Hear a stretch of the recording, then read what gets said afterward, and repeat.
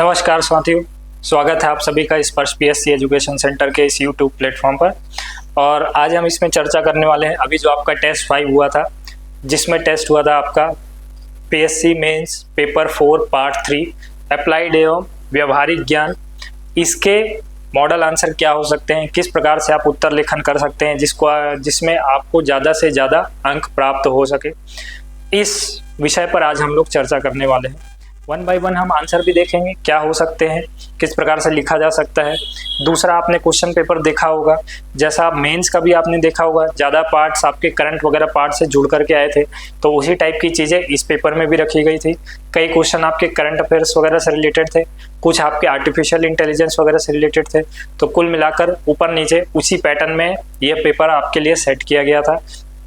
I hope आपने बहुत लोगों ने अच्छे अंक पाए होंगे, कुछ ने बिल्कुल चीज़ें थोड़ी बहुत उलट पलट करके लिखी हैं। आंसर राइटिंग फॉर्मेट क्या होना चाहिए, किस प्रकार से इसको लिखा जाना चाहिए, ये सारी चीज़ों के बारे में आज हम इसमें ये वाले पेपर में चर्चा करने वाले। तो चलिए बिना किसी देरी के शुरू करते हैं। सारा चीज़ हम लोग 1 बाय 1 देखते चलेंगे। सबसे पहले हम देखते हैं कंप्यूटर के कुछ क्वेश्चन है। रैम और रोम में कौन सी मेमोरी स्थायी होती है और क्यों, इसके बारे में हम चर्चा करेंगे यहाँ पर कि रैम और रोम में कौन सी मेमोरी स्थायी होती है। बहुत इजी सा क्वेश्चन है ये, बहुत सारे लोगों ने इसे लिखा भी है, परंतु कारण थोड़ा बहुत समझ नहीं पाए या लिख नहीं पाए। तो देखिए, रैम हमारी रैंडम एक्सेस मेमोरी, रोम जो कि रीड ओनली मेमोरी होती है। इनमें स्थायी मेमोरी कौन सी है पूछे तो सबसे पहले तो हमको यहाँ पर डालना है कि पॉइंट हमको ये डाल करके लिखना है, रैम और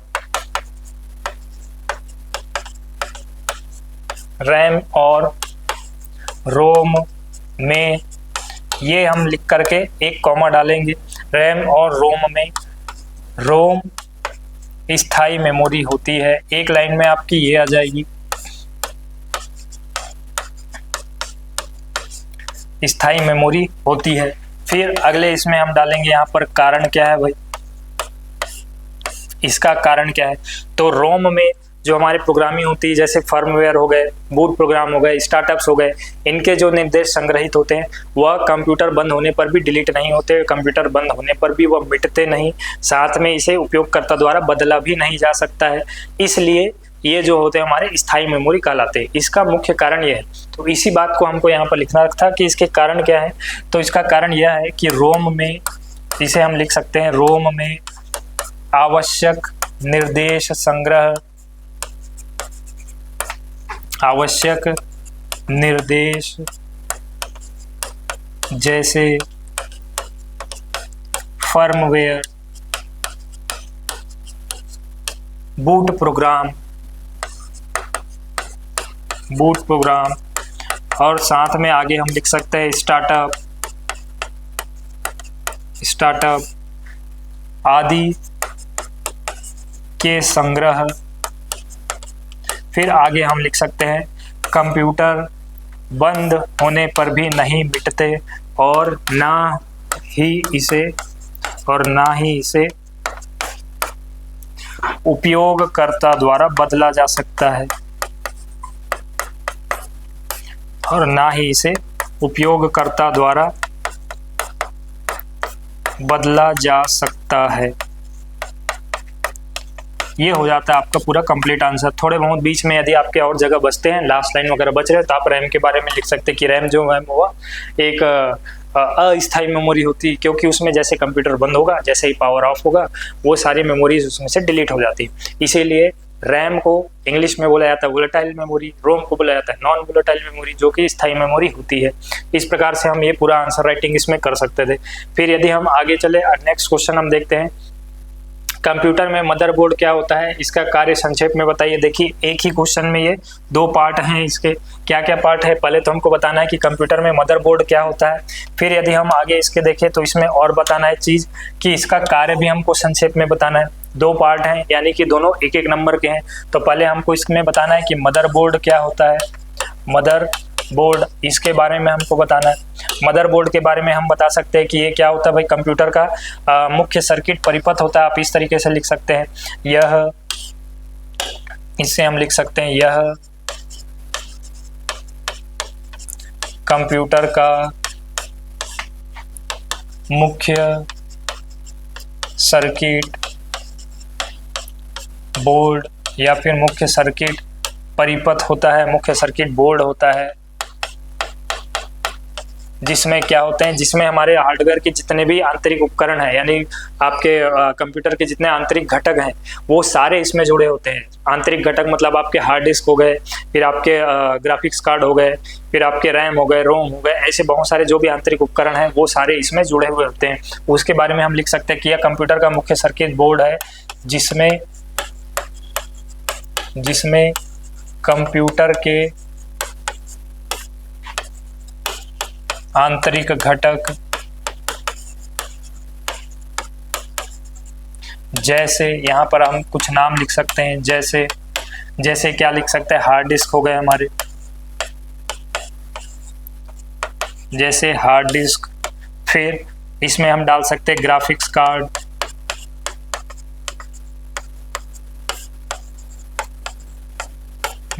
कार्ड, फिर इसमें पिछला हमने जैसे देखा रैम है, रोम है, आदि सारे क्या होते हैं, जुड़े हुए होते हैं, आदि जुड़े होते हैं।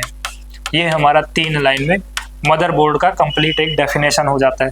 फिर यदि हम इसके कार्य देखना चाहें, इसके प्रमुख कार्य क्या क्या होते हैं, तो इसके कार्य भी हम बता सकते हैं। पहला तो यही है कि सारे हार्डवेयर इसमें जुड़े होंगे, तो यह क्या है, कार्य सारे हार्डवेयर को जोड़ता है। पहले तो हम यही लिख सकते हैं, सारे हार्डवेयर को जोड़ता है, सारे हार्डवेयर्स को जोड़ता है, ये बात हम लिख सकते हैं।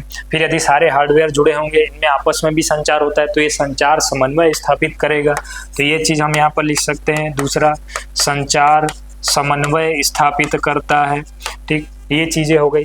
फिर और तीसरा क्या हो सकता है, इसके अंतर्गत कुछ की पॉइंट्स होते हैं जिसको हमको अंडरलाइन करना होता है।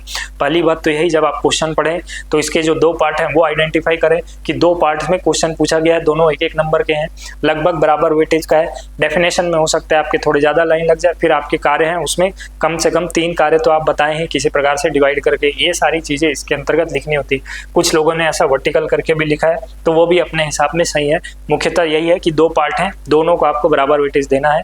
कईयों ने ठीक है डेफिनेशन ही लिख दी, उनके पास कार्य लिखने के लिए जगह नहीं बचा, तो ये सारी चीज़ें नहीं करनी, स्पेस मैनेज करके ही चलना है। देखिए, मालूम सभी को होगा कि मदरबोर्ड क्या है, उसके कार्य क्या है, परंतु बात यहाँ पर ये है कि आप वहाँ पर बोलने के लिए मौजूद नहीं, आपको लिख करके दिखाना है कि आपका प्रेजेंटेशन कर, आप कितनी बातें जान रहे हैं, आप कैसे स्पेस मैनेजमेंट, वहाँ पर आपको लिख करके जो आपकी कॉपी है वही आपका वहाँ पर प्रेजेंटेशन बनता है। आपको जो आंका जाएगा आपकी कॉपी के हिसाब से आंका जाएगा। तो जो भी चीज़ें आप जानते हैं वो इस प्रकार से रिप्रेजेंट करें कि चेकर समझ पाए उन चीज़ों को। तो ये नहीं कि 4-5 लाइन में हमने डेफिनेशन ही लिख दी और फिर जब कार्य है वो यहाँ पर हम ऐसे ऐसे करके लिख रहे हैं, वो सारी चीज़ें यहाँ पर नहीं होनी चाहिए, ठीक। तो ये चीज़ें कईयों ने की है, इसलिए ये आपको बताना, थोड़ा इसके बारे में जानकारी देना आवश्यक था।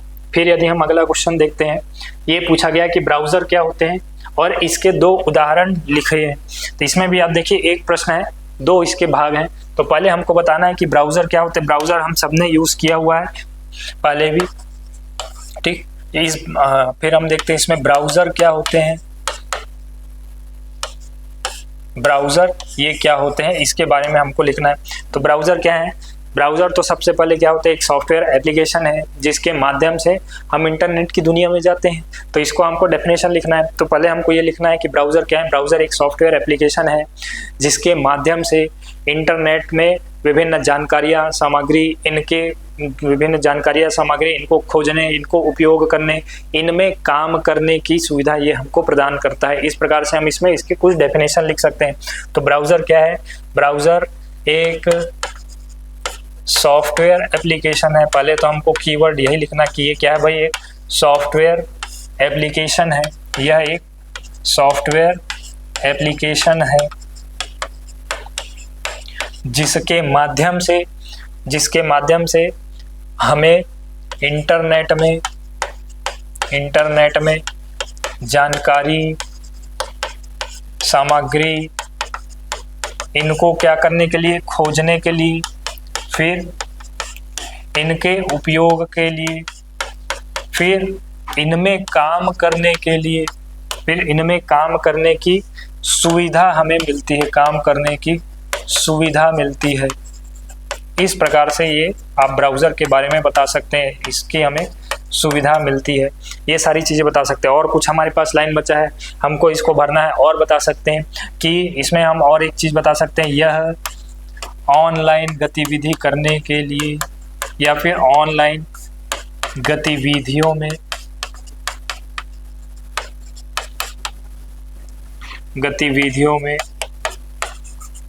भाग लेने के लिए सबसे महत्वपूर्ण टूल है, ऐसे हम लिख सकते हैं। इसमें सबसे महत्वपूर्ण क्या है, सबसे महत्वपूर्ण टूल है। ये करके हमने पूरे ब्राउज़र के बारे में लिख दिया।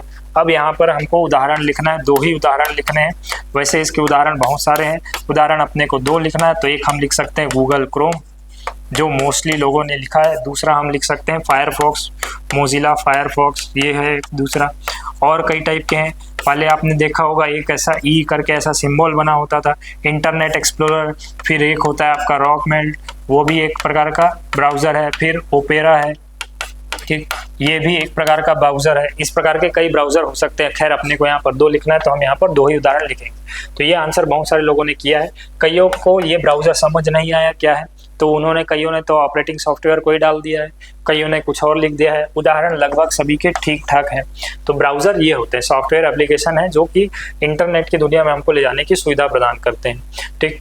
तो ये हमारे कुछ मॉडल आंसर इस प्रकार से हम लिख सकते हैं। शुरुआती हम देखते हैं रीड ऑनली मेमोरी, इनमें कौन सी मेमोरी स्थायी है। तो ये देखिए, पहले हमको बताना है कि रोम एक स्थायी मेमोरी होता है। क्यों होता है? क्योंकि इसमें संग्रहित डाटा कंप्यूटर बंद होने पर भी मिटता नहीं है। फिर इसमें हम बता सकते हैं कि ये मेमोरी निर्माता द्वारा डिवाइस के स्टार्टअप जैसे आवश्यक निर्देशों के संग्रहण हेतु उपयोग करता है, जिसे उपयोगकर्ता भी नहीं बदल सकता, इसलिए ये स्थायी मेमोरी होती है। वहीं पर हमारी जो रैम है वह अस्थायी मेमोरी होती है। फिर यदि हम आगे जाए मदरबोर्ड के बारे में किस प्रकार से हम लिख सकते थे इसमें, तो ये देखिए मदरबोर्ड क्या है। मदरबोर्ड कंप्यूटर का मुख्य परिपथ बोर्ड है, मेन सर्किट बोर्ड होता है, जिस पर कंप्यूटर के सभी आवश्यक हार्डवेयर घटक में प्रोसेसर, सीपीयू, रैम, रोम, डिस्क, ये सारे आदि जो है ये सब इसमें जुड़े हुए होते हैं। इन सब की बातें हम यहाँ पर लिख सकते हैं। फिर इसमें इनके कार्य हम बता सकते हैं कि घटकों को एक साथ जोड़कर विद्युत आपूर्ति प्रदान करता है, फिर पूरे सिस्टम का संचालन करता है, संचार समन्वय स्थापित करता है, ये सारी बात। फिर अगला हम देखते हैं ब्राउज़र क्या होते हैं, इसके उदाहरण हमको लिखने हैं। फिर ब्राउज़र क्या है, ये सॉफ्टवेयर एप्लीकेशन है। ब्राउज़र क्या है, यह ऐसा सॉफ्टवेयर एप्लीकेशन है जो उपयोगकर्ताओं को इंटरनेट पर जानकारी, वेबसाइट, अन्य सामग्री देखने, उनके उपयोग करने की सुविधा प्रदान करता है। तो इसमें कुछ कीवर्ड हैं, जैसे सॉफ्टवेयर एप्लीकेशन है, फिर किसकी जानकारी ये हो रही है, वेबसाइट, वेब पेज, अन्य सामग्री, इनको देखने, खोजने, इन सब की सुविधा ये प्रदान करता है। फिर हम बता सकते हैं कि ये वेब पेज या फिर ऑनलाइन संसाधनों तक पहुँच के लिए इस्तेमाल किए जाने वाला मुख्य टूल है। 2 हम यहाँ पर उदाहरण लिख सकते हैं, गूगल क्रोम और फायरफॉक्स। इस प्रकार से ये आंसर आपके कंप्लीट होते हैं। इस तरीके से आप लिखेंगे तो आपको 2 नंबर पूरे मिल सकते हैं। देखिए 2 इसके पार्ट हैं, हमको दोनों को बराबर लेकर चलना है, दोनों के लगभग 1-1 नंबर यहाँ पर डिवाइड होते हैं। फिर हम अगला क्वेश्चन देखते हैं कि इंटरनेशनल बिग कैट अलायंस क्या है। यहाँ पर देखिए बिग कैट्स की बात हो रही है, साथ में यहाँ पर अलायंस। फिर इसमें पूछा गया इसमें शामिल प्रमुख देशों के नाम बताइए। तो कुछ लोगों ने यहाँ पर ठीक ठाक लिखा है, कुछ ने क्या किया, बाघ संरक्षण योजना यहाँ पर लिख दी है, tiger reserve project. Tiger reserve project is not a international big cat alliance. यहाँ पर देखिए इंटरनेशनल की बात हो रही है, ये अंतर्राष्ट्रीय स्तर का है। बाघ संरक्षण योजना जो हम चला रहे हैं वह राष्ट्रीय स्तर की, अंतर्राष्ट्रीय नहीं है। तो ये दोनों बिल्कुल अलग अलग है। कईयों ने सीधा साफ बाघ संरक्षण योजना के बारे में लिख दिया, प्रोजेक्ट टाइगर 1973, ये वो सारी चीजें इसमें जोड़ दी और नंबर उसमें बिल्कुल उनको 0 ही मिले होंगे, क्योंकि वो एक्चुअली में है नहीं। तो इंटरनेशनल बिग कैट अलायंस क्या है, इसके बारे में हमको लिखना है। तो पहले हम यहाँ पर साइड हेडिंग डालेंगे, इंटरनेशनल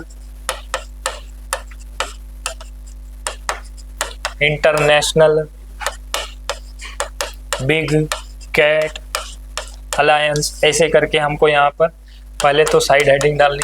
तो ये इंटरनेशनल बिग कैट अलायंस क्या है? इंटरनेशनल बिग कैट अलायंस यह शुरू की गई थी भारत में वर्ष 2023 में शुरू की गई है। और फिर इसके बाद हम देखिए इसमें मुख्य उद्देश्य क्या है, जो हमारी बिग कैट्स होती हैं, बड़ी बिल्ली है, उनकी 7 जो प्रजातियां हैं उनका संरक्षण करना इनका मुख्य उद्देश्य है। तो देखिए हमको 2 नंबर में जब लिखनी है तो इनको हम एकीकृत करके किस प्रकार से लिख सकते हैं, इंटरनेशनल बिग कैट अलायंस यह भारत द्वारा, चूंकि ये भारत द्वारा ही शुरू की गई है, यह भारत द्वारा कब शुरू की गई है? वर्ष 2023 में, वर्ष 2023 में शुरू की गई। क्या है? चूंकि अंतर्राष्ट्रीय है तो अंतर्राष्ट्रीय आप लिख सकते हैं, या फिर लिख सकते हैं वैश्विक या अंतर्राष्ट्रीय गठबंधन पहल है, गठबंधन पहल है। ये हो गया हमारा। फिर उसके बाद हम लिख सकते हैं जिसका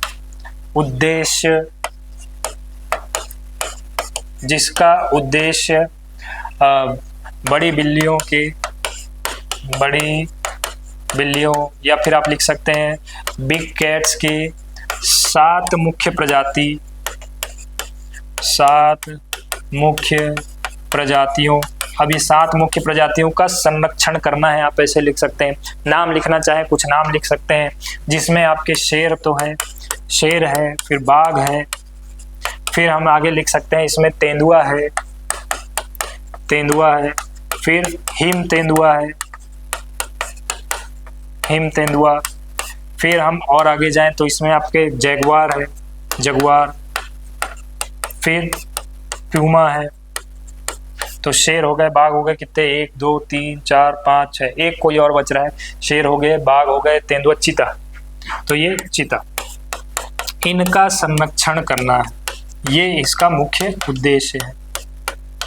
तो देखिए हमने यहाँ पर ये भी बता दिया कि भारत द्वारा शुरू किया गया, वर्ष भी हमने बता दिया 2023, यह भी बता दिया कि 7 बड़ी बिल्लियों की प्रजाति, उनके नाम भी यहाँ पर लिख दिए, उनका संरक्षण करना। फिर हमको यहाँ पर बताना है कि सदस्य देश कौन कौन से हैं। तो इसके सदस्य देश हम यहाँ पर लिखेंगे, एक लाइन हमारे पास अभी भी बचा हुआ है। तो सदस्य देश में हम यहाँ पर प्रमुख देशों के नाम लिख सकते हैं। भारत तो लिखना ही है क्योंकि भारत द्वारा ही शुरू किया गया। फिर भारत के बगल में भूटान है, फिर आसियान कंट्रीज में से कंबोडिया है। फिर यदि हम अफ्रीका जाएं, अफ्रीका की तरफ से सोमालिया है। सोमालिया के बाद हम जाएं तो इथोपिया है। ये सारे देश इसके अंतर्गत शामिल है। और फिर अमेरिका तरफ जाएं तो वहाँ पर हमारा निकारागुआ है। ये सारे देश इसके अंतर्गत शामिल हैं। यहाँ पर हम आदि ऐसे करके लिख सकते हैं। वैसे टोटल इसके अंतर्गत 11 देश हैं, 27 से ज़्यादा देशों ने सहमति दर्शाई है, परंतु केवल अभी 11 देश ही शामिल है इसके अंतर्गत। तो ये हमारा हो जाता है कंप्लीट आंसर। इस प्रकार से आपको लिखना होता है। पहले तो आपको पूरा इंटरनेशनल बिग कैट अलायंस के बारे में हमको बताना, फिर उसके बारे में देश के बारे में हम चर्चा कर सकते हैं। तो ये होते हैं हमारे इंटरनेशनल बिग कैट अलायंस। फिर हम देखें मॉन्ट्रिक्स रिकॉर्ड के बारे में हम पूछ रहे हैं कि मॉन्ट्रिक्स रिकॉर्ड क्या है और साथ में भारत के कौन कौन से स्थल इसमें शामिल है। तो Montreux record most of the लोगों ने ठीक ही ठाक लिखा है। 2 स्थल लगभग सभी को ही पता थे, एक तो हो गए केवलादेव और एक हो गया हमारा लोकटक लेक। कुछ 1-2 लोगों ने कुछ उलूल जुलूल नाम लिख दिए, वहाँ पर नाम वगैरह उनके पूरे नंबर कट गए हैं। ठीक, तो मॉन्ट्रिक्स रिकॉर्ड क्या होता है, यह मोस्टली लोगों को मालूम था कि आर्द्रभूमि वाली चीज़ है। तो यहाँ पर हमको वही चीज़ें हैं, हमको पहले यहाँ पर लिखना मॉन्ट्रिक्स रिकॉर्ड। ये मॉन्ट्रिक्स रिकॉर्ड क्या है भाई? तो मॉन्ट्रिक्स रिकॉर्ड पहले तो हमको यही बताना कि यह तो सभी को मालूम है कि आर्द्रभूमि स्थलों की सूची है, परंतु ये कौन से आर्द्रभूमि स्थल है? नॉर्मल नहीं, ये जो अंतर्राष्ट्रीय महत्व के आर्द्रभूमि स्थल है उनकी ये सूची है। और साथ में किस प्रकार के अंतर्राष्ट्रीय महत्व के आर्द्रभूमि स्थल है जिनमें पारिस्थितिकी, आप कह सकते हैं पारिस्थितिकी परिवर्तन हुए हैं। किस प्रकार के परिवर्तन हुए हैं? तो नकारात्मक परिवर्तन हुए हैं और आगे भी वह संकट की स्थिति में दिख रही है, जिसके लिए इनको संरक्षित करना आवश्यक है। तो इस प्रकार के हमारे आर्द्रभूमि है जिनको संरक्षित करने की आवश्यकता है, उनकी ये सूची है। ये सारी चीज़ों को हमको एक जगह पर जोड़कर लिखना था, वही हमको कीवर्ड्स वगैरह यहाँ पर हम बनाने होते हैं। तो मॉन्ट्रिक्स रिकॉर्ड क्या है? तो हमको पहले यही बताना कि यह अंतर्राष्ट्रीय महत्व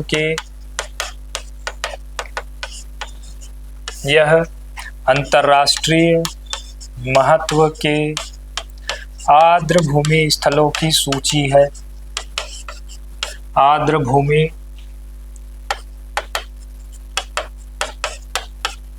स्थलों की सूची है, ये हम बता देंगे। ये ऐसे आर्द्रभूमि स्थलों की सूची है जिनमें फिर हम आगे लिख सकते हैं जिनमें पारिस्थितिकी तंत्र या फिर हम लिख सकते हैं जिनमें पारिस्थितिकी में बदलाव या जिनमें पारिस्थितिकी में परिवर्तन हुए हैं, हो रहे हैं या होने की संभावना। ये तीनों हम इसमें जोड़ सकते हैं। परिवर्तन हुए हैं, हो रहे हैं या निकट भविष्य में होने की संभावना है, जिसके कारण, फिर आगे हम लिख सकते हैं जिसके कारण इन्हें तत्काल संरक्षण की आवश्यकता है। ये हो जाते हैं हमारे मॉन्ट्रिक्स रिकॉर्ड के बारे में। फिर यदि हम देखें भारत में शामिल क्षेत्र, तो यहाँ पर हमको बाकायदा पहले बताना पड़ेगा भारत में शामिल क्षेत्र। भारत में शामिल क्षेत्र कौन कौन है? तो भारत में हमारे शामिल क्षेत्र हो जाते हैं, एक तो हो जाता है हमारा लोकटक लेक, लोकटक झील जो कि है हमारा मणिपुर में, लोकटक झील जो कि हमारा मणिपुर में है, यहाँ पर मणिपुर भी आप डाल दीजिए, मणिपुर। फिर एक हम डाल सकते हैं केवलादेव राष्ट्रीय उद्यान, ये जो है हमारा राजस्थान में स्थित है। तो इस प्रकार से हम लिख सकते हैं। पहले हमने मॉन्ट्रिक्स रिकॉर्ड के बारे में बता दिया, फिर हम भारत में शामिल क्षेत्र भी इसमें बता सकते हैं। तो ये हमारा कंप्लीट आंसर होता है। इस प्रकार से आप लिखेंगे तो 2 नंबर आप एक्सपेक्ट कर सकते हैं। जिन्होंने ऐसा लिखा है उनको पूरे 2 नंबर मिले भी हैं। काट छाट यहाँ पर ज़्यादा नहीं होनी चाहिए। देखिए 2 नंबर वाले में बहुत ज़्यादा, अब जैसे काट पीट थोड़ी भी हो जाती है, वहाँ पर नंबर कटने के पूरे स्वाभाविक चांस उसमें बन जाते हैं, क्योंकि 2 नंबर है। 4 लाइन भी आप स्पष्ट नहीं लिख पा रहे तो आप कैसे एक्सपेक्ट करेंगे कि आपको पूरे 2 नंबर मिले। तो ये चीज़ें इनमें थोड़ी बहुत महत्व की रहती है। फिर हम अगला क्वेश्चन देखते हैं कि कैमूर वन्य जीव अभ्यारण्य की भौगोलिक स्थिति एवं इसकी प्रमुख विशेषता बताइए। तो देखिए यहाँ पर पूछा गया भौगोलिक स्थिति। भौगोलिक स्थिति कभी पूछे, भौतिक स्वरूप पूछे, ये सारी चीज़ें तो हमको इसको ज्योग्राफिकल चीज़ों से, ज्योग्राफिकल लोकेशन से जोड़ करके चलना है, प्रशासन वाले से नहीं।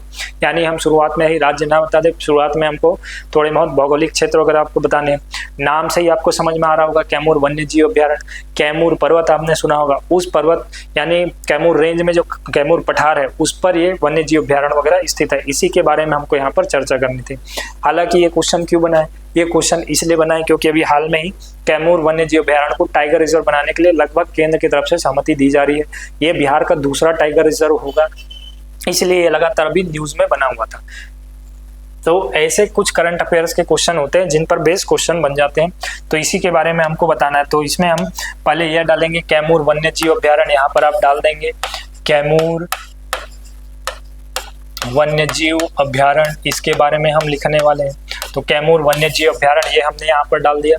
इसके बारे में हम भौगोलिक स्थिति बता सकते हैं कि यह विंध्याचल की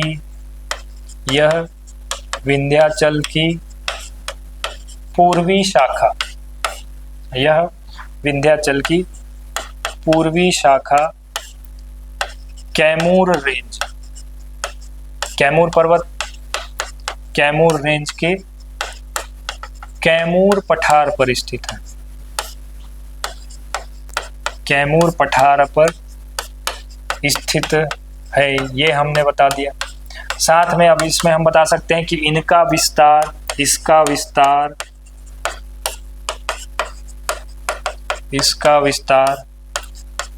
रोहतास के पठार तक है, ये भी हम बता सकते हैं।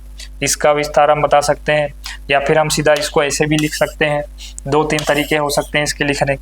एक तो हम यहाँ पर ये चीज़ें हमने बता दी मुख्यतः, फिर हम इसका विस्तार भी बता सकते हैं। विस्तार रोहतास पठार तक, विस्तार रोहतास पठार तक। फिर यदि हम राज्य बताना चाहें तो राज्य हम बता सकते हैं। राज्य कौन सा है भाई? बिहार है। साथ में यूपी के भी कुछ जिले हैं। यूपी में आपके मिर्ज़ापुर वाला जो क्षेत्र है वहाँ तक ये फैला हुआ है। मिर्ज़ापुर है, सोनभद्र है, इसके बारे में आप बता सकते हो। मिर्ज़ापुर हो गया, सोनभद्र हो गया। बिहार में आपके कैमूर वाला जिला है वो हो गया, रोहतास जिला है वो हो गया। फिर यदि आपके पास स्पेस बचते हैं, आप क्षेत्रफल बता सकते हो, लगभग 1500 स्क्वायर किलोमीटर में ये फैला हुआ है। इस प्रकार से कुछ चीज़ें आप बता सकते हैं। फिर हम इसमें देखिए प्रमुख विशेषताएं क्या है, तो विशेषताएं हमको इसमें लिखनी है। विशेषताएं क्या है? तो एक तो बात यही है कि ये बिहार का सबसे बड़ा अभ्यारण्य है। बिहार का, ये चीज़ें हम लिखनी, बिहार का सबसे बड़ा अभ्यारण्य, पहली बात तो यही हो गई, बिहार का सबसे बड़ा अभ्यारण्य। फिर हम आगे और देखें तो दूसरे पॉइंट में हम डाल सकते हैं यह बिहार का दूसरा टाइगर रिजर्व बनेगा। बिहार का दूसरा टाइगर रिजर्व ये बनने जा रहा है, उसके बारे में हम बता सकते हैं। फिर यदि हम और बताना चाहें, तीसरा पॉइंट हम इसमें डाल सकते हैं 70 से अधिक स्थानिक प्रजातियां यहाँ पर होती हैं। 70 से अधिक स्थानिक प्रजातियां यहाँ पर पाई जाएंगी। फिर यदि और बताना चाहें इसकी विशेषता तो यहाँ पर हम बता सकते हैं बीच से कर्मनाशा दुर्गावती नदी निकलती है, या फिर हम बता सकते हैं इसकी विशेषता कि यह बाघों का, तेंदुओं का प्राकृतिक आवास है। ये सारी चीज़ें हम इसमें बता सकते हैं। तो ये हो जाता है हमारा कंप्लीट आंसर कैमूर वन्यजीव अभ्यारण्य के बारे में। थोड़े बहुत इसमें डिटेल मालूम होने चाहिए। कुछ लोगों ने सीधा साफ कैमूर वन्यजीव अभ्यारण्य किसी ने गुजरात में पहुंचा दिया है, किसी ने तमिलनाडु में भी पहुंचा दिया है। तो ये चीज़ें हमको यहाँ पर नहीं करनी होती, नहीं मालूम छोड़ दो भाई, क्यों अपनी इमेज खराब करते हो। कैमूर वन्यजीव कहाँ बिहार, कहाँ तमिलनाडु, ये सब काम हमको नहीं करना है। यहाँ पर गैस वर्क, तुक्का वर्क नहीं चलता। वो आपके प्रीलिम्स में एक बार चल जाए, मेंस में नहीं चलता है। और ये बिल्कुल शुरुआती चरण है पेपर का, शुरुआत में ही इमेज खराब नहीं होना चाहिए। ठीक, तो ये चीज़ें हो सकती हैं। कुछ लोगों ने क्या किया है, यहाँ पर मैप भी बनाया है, वो भी ठीक है। यहाँ पर एक छोटा सा स्पेस लेकर के ऐसा कुछ यहाँ पर मैप बना करके वहाँ पर दर्शा दिया है, भारत का मैप बना करके, तो वो भी एक हिसाब से चलता है, वो भी अच्छी बात है, बना सकते हैं आप। तो ये देखिए मॉडल आंसर कुछ देखते हैं हम लोग कि इंटरनेशनल बिग कैट अलायंस क्या है, इसके बारे में हम देखते हैं। इंटरनेशनल बिग कैट अलायंस जैसा हमने अभी देखा वैश्विक गठबंधन है, जिसे भारत द्वारा अप्रैल 2023 में शुरू किया गया था। अप्रैल 2023 में क्यों शुरू किया गया, क्योंकि ये प्रोजेक्ट टाइगर की 50वीं वर्षगांठ थी। ये सारी बातें भी यदि आप बताना चाहें बता सकते हैं, और यदि आप डिटेल में चाहें तो 9 अप्रैल 2023 को ये शुरू किया गया, ये भी बता सकते हैं। इसका उद्देश्य हम बता सकते हैं, उद्देश्य क्या है, विश्व की 7 प्रमुख बड़ी बिल्लियों का संरक्षण करना। फिर सदस्य देश हम बता सकते हैं भारत, आर्मेनिया, भूटान, कंबोडिया, ये सब। फिर आगे हम चले, मॉन्ट्रेक्स रिकॉर्ड क्या है, तो मॉन्ट्रेक्स रिकॉर्ड के बारे में हमने देखा, ये आर्द्रभूमि स्थलों की सूची है जो अंतर्राष्ट्रीय महत्व के हैं और जिनमें पारिस्थितिकी परिवर्तन हुए हैं, हो रहे हैं या निकट भविष्य में होने की संभावना है। भारत में 2 आपकी जो आर्द्रभूमि है वो इनमें शामिल है मॉन्ट्रेक्स रिकॉर्ड में, इसके भी हमने यहाँ पर नाम लिख दिए। फिर हम आगे जाएं कैमूर वन्यजीव अभ्यारण्य के बारे में, तो देखिए कैमूर वन्यजीव अभ्यारण्य के बारे में पूछ रहा, भौगोलिक स्थिति क्या है, बिहार राज्य के कैमूर रोहतास जिले में है। साथ में ही हमने बताया विंध्याचल की पूर्वी शाखा कैमूर रेंज के पठार पर, और साथ में उत्तर प्रदेश के इन क्षेत्रों तक ये फैली हुई है। रोहतास का पठार भी आप नाम शामिल कर सकते हैं। विशेषताएं हम बता दें कि NTCA द्वारा कैमूर को बिहार का दूसरा बाघ अभ्यारण्य स्वीकृत किया गया है। फिर 70 से अधिक अभी इसमें स्थानिक प्रजातियां वगैरह हैं। बाघ, तेंदुओं का प्राकृतिक आवास है। बीच से कर्मनाशा नदी निकल रही है, दुर्गावती नदी निकल रही है। ये सारी चीजें हम इसमें मेंशन कर सकते हैं। तो फिर हम अगला क्वेश्चन देखते हैं, इसमें 2 नंबर के हो, मृदा अम्लीकरण क्या होता है, इसके मुख्य कारण क्या है। नाम से ही समझ में आ रहा है मृदा अम्लीकरण, देखिए नाम से ही समझ में आ रहा है मृदा अम्लीकरण क्या होता है और इसके मुख्य कारण। इसमें भी आप देखिए 2 क्वेश्चन एक में बने हुए हैं, दोनों 1-1 नंबर के, आप समझ सकते हैं।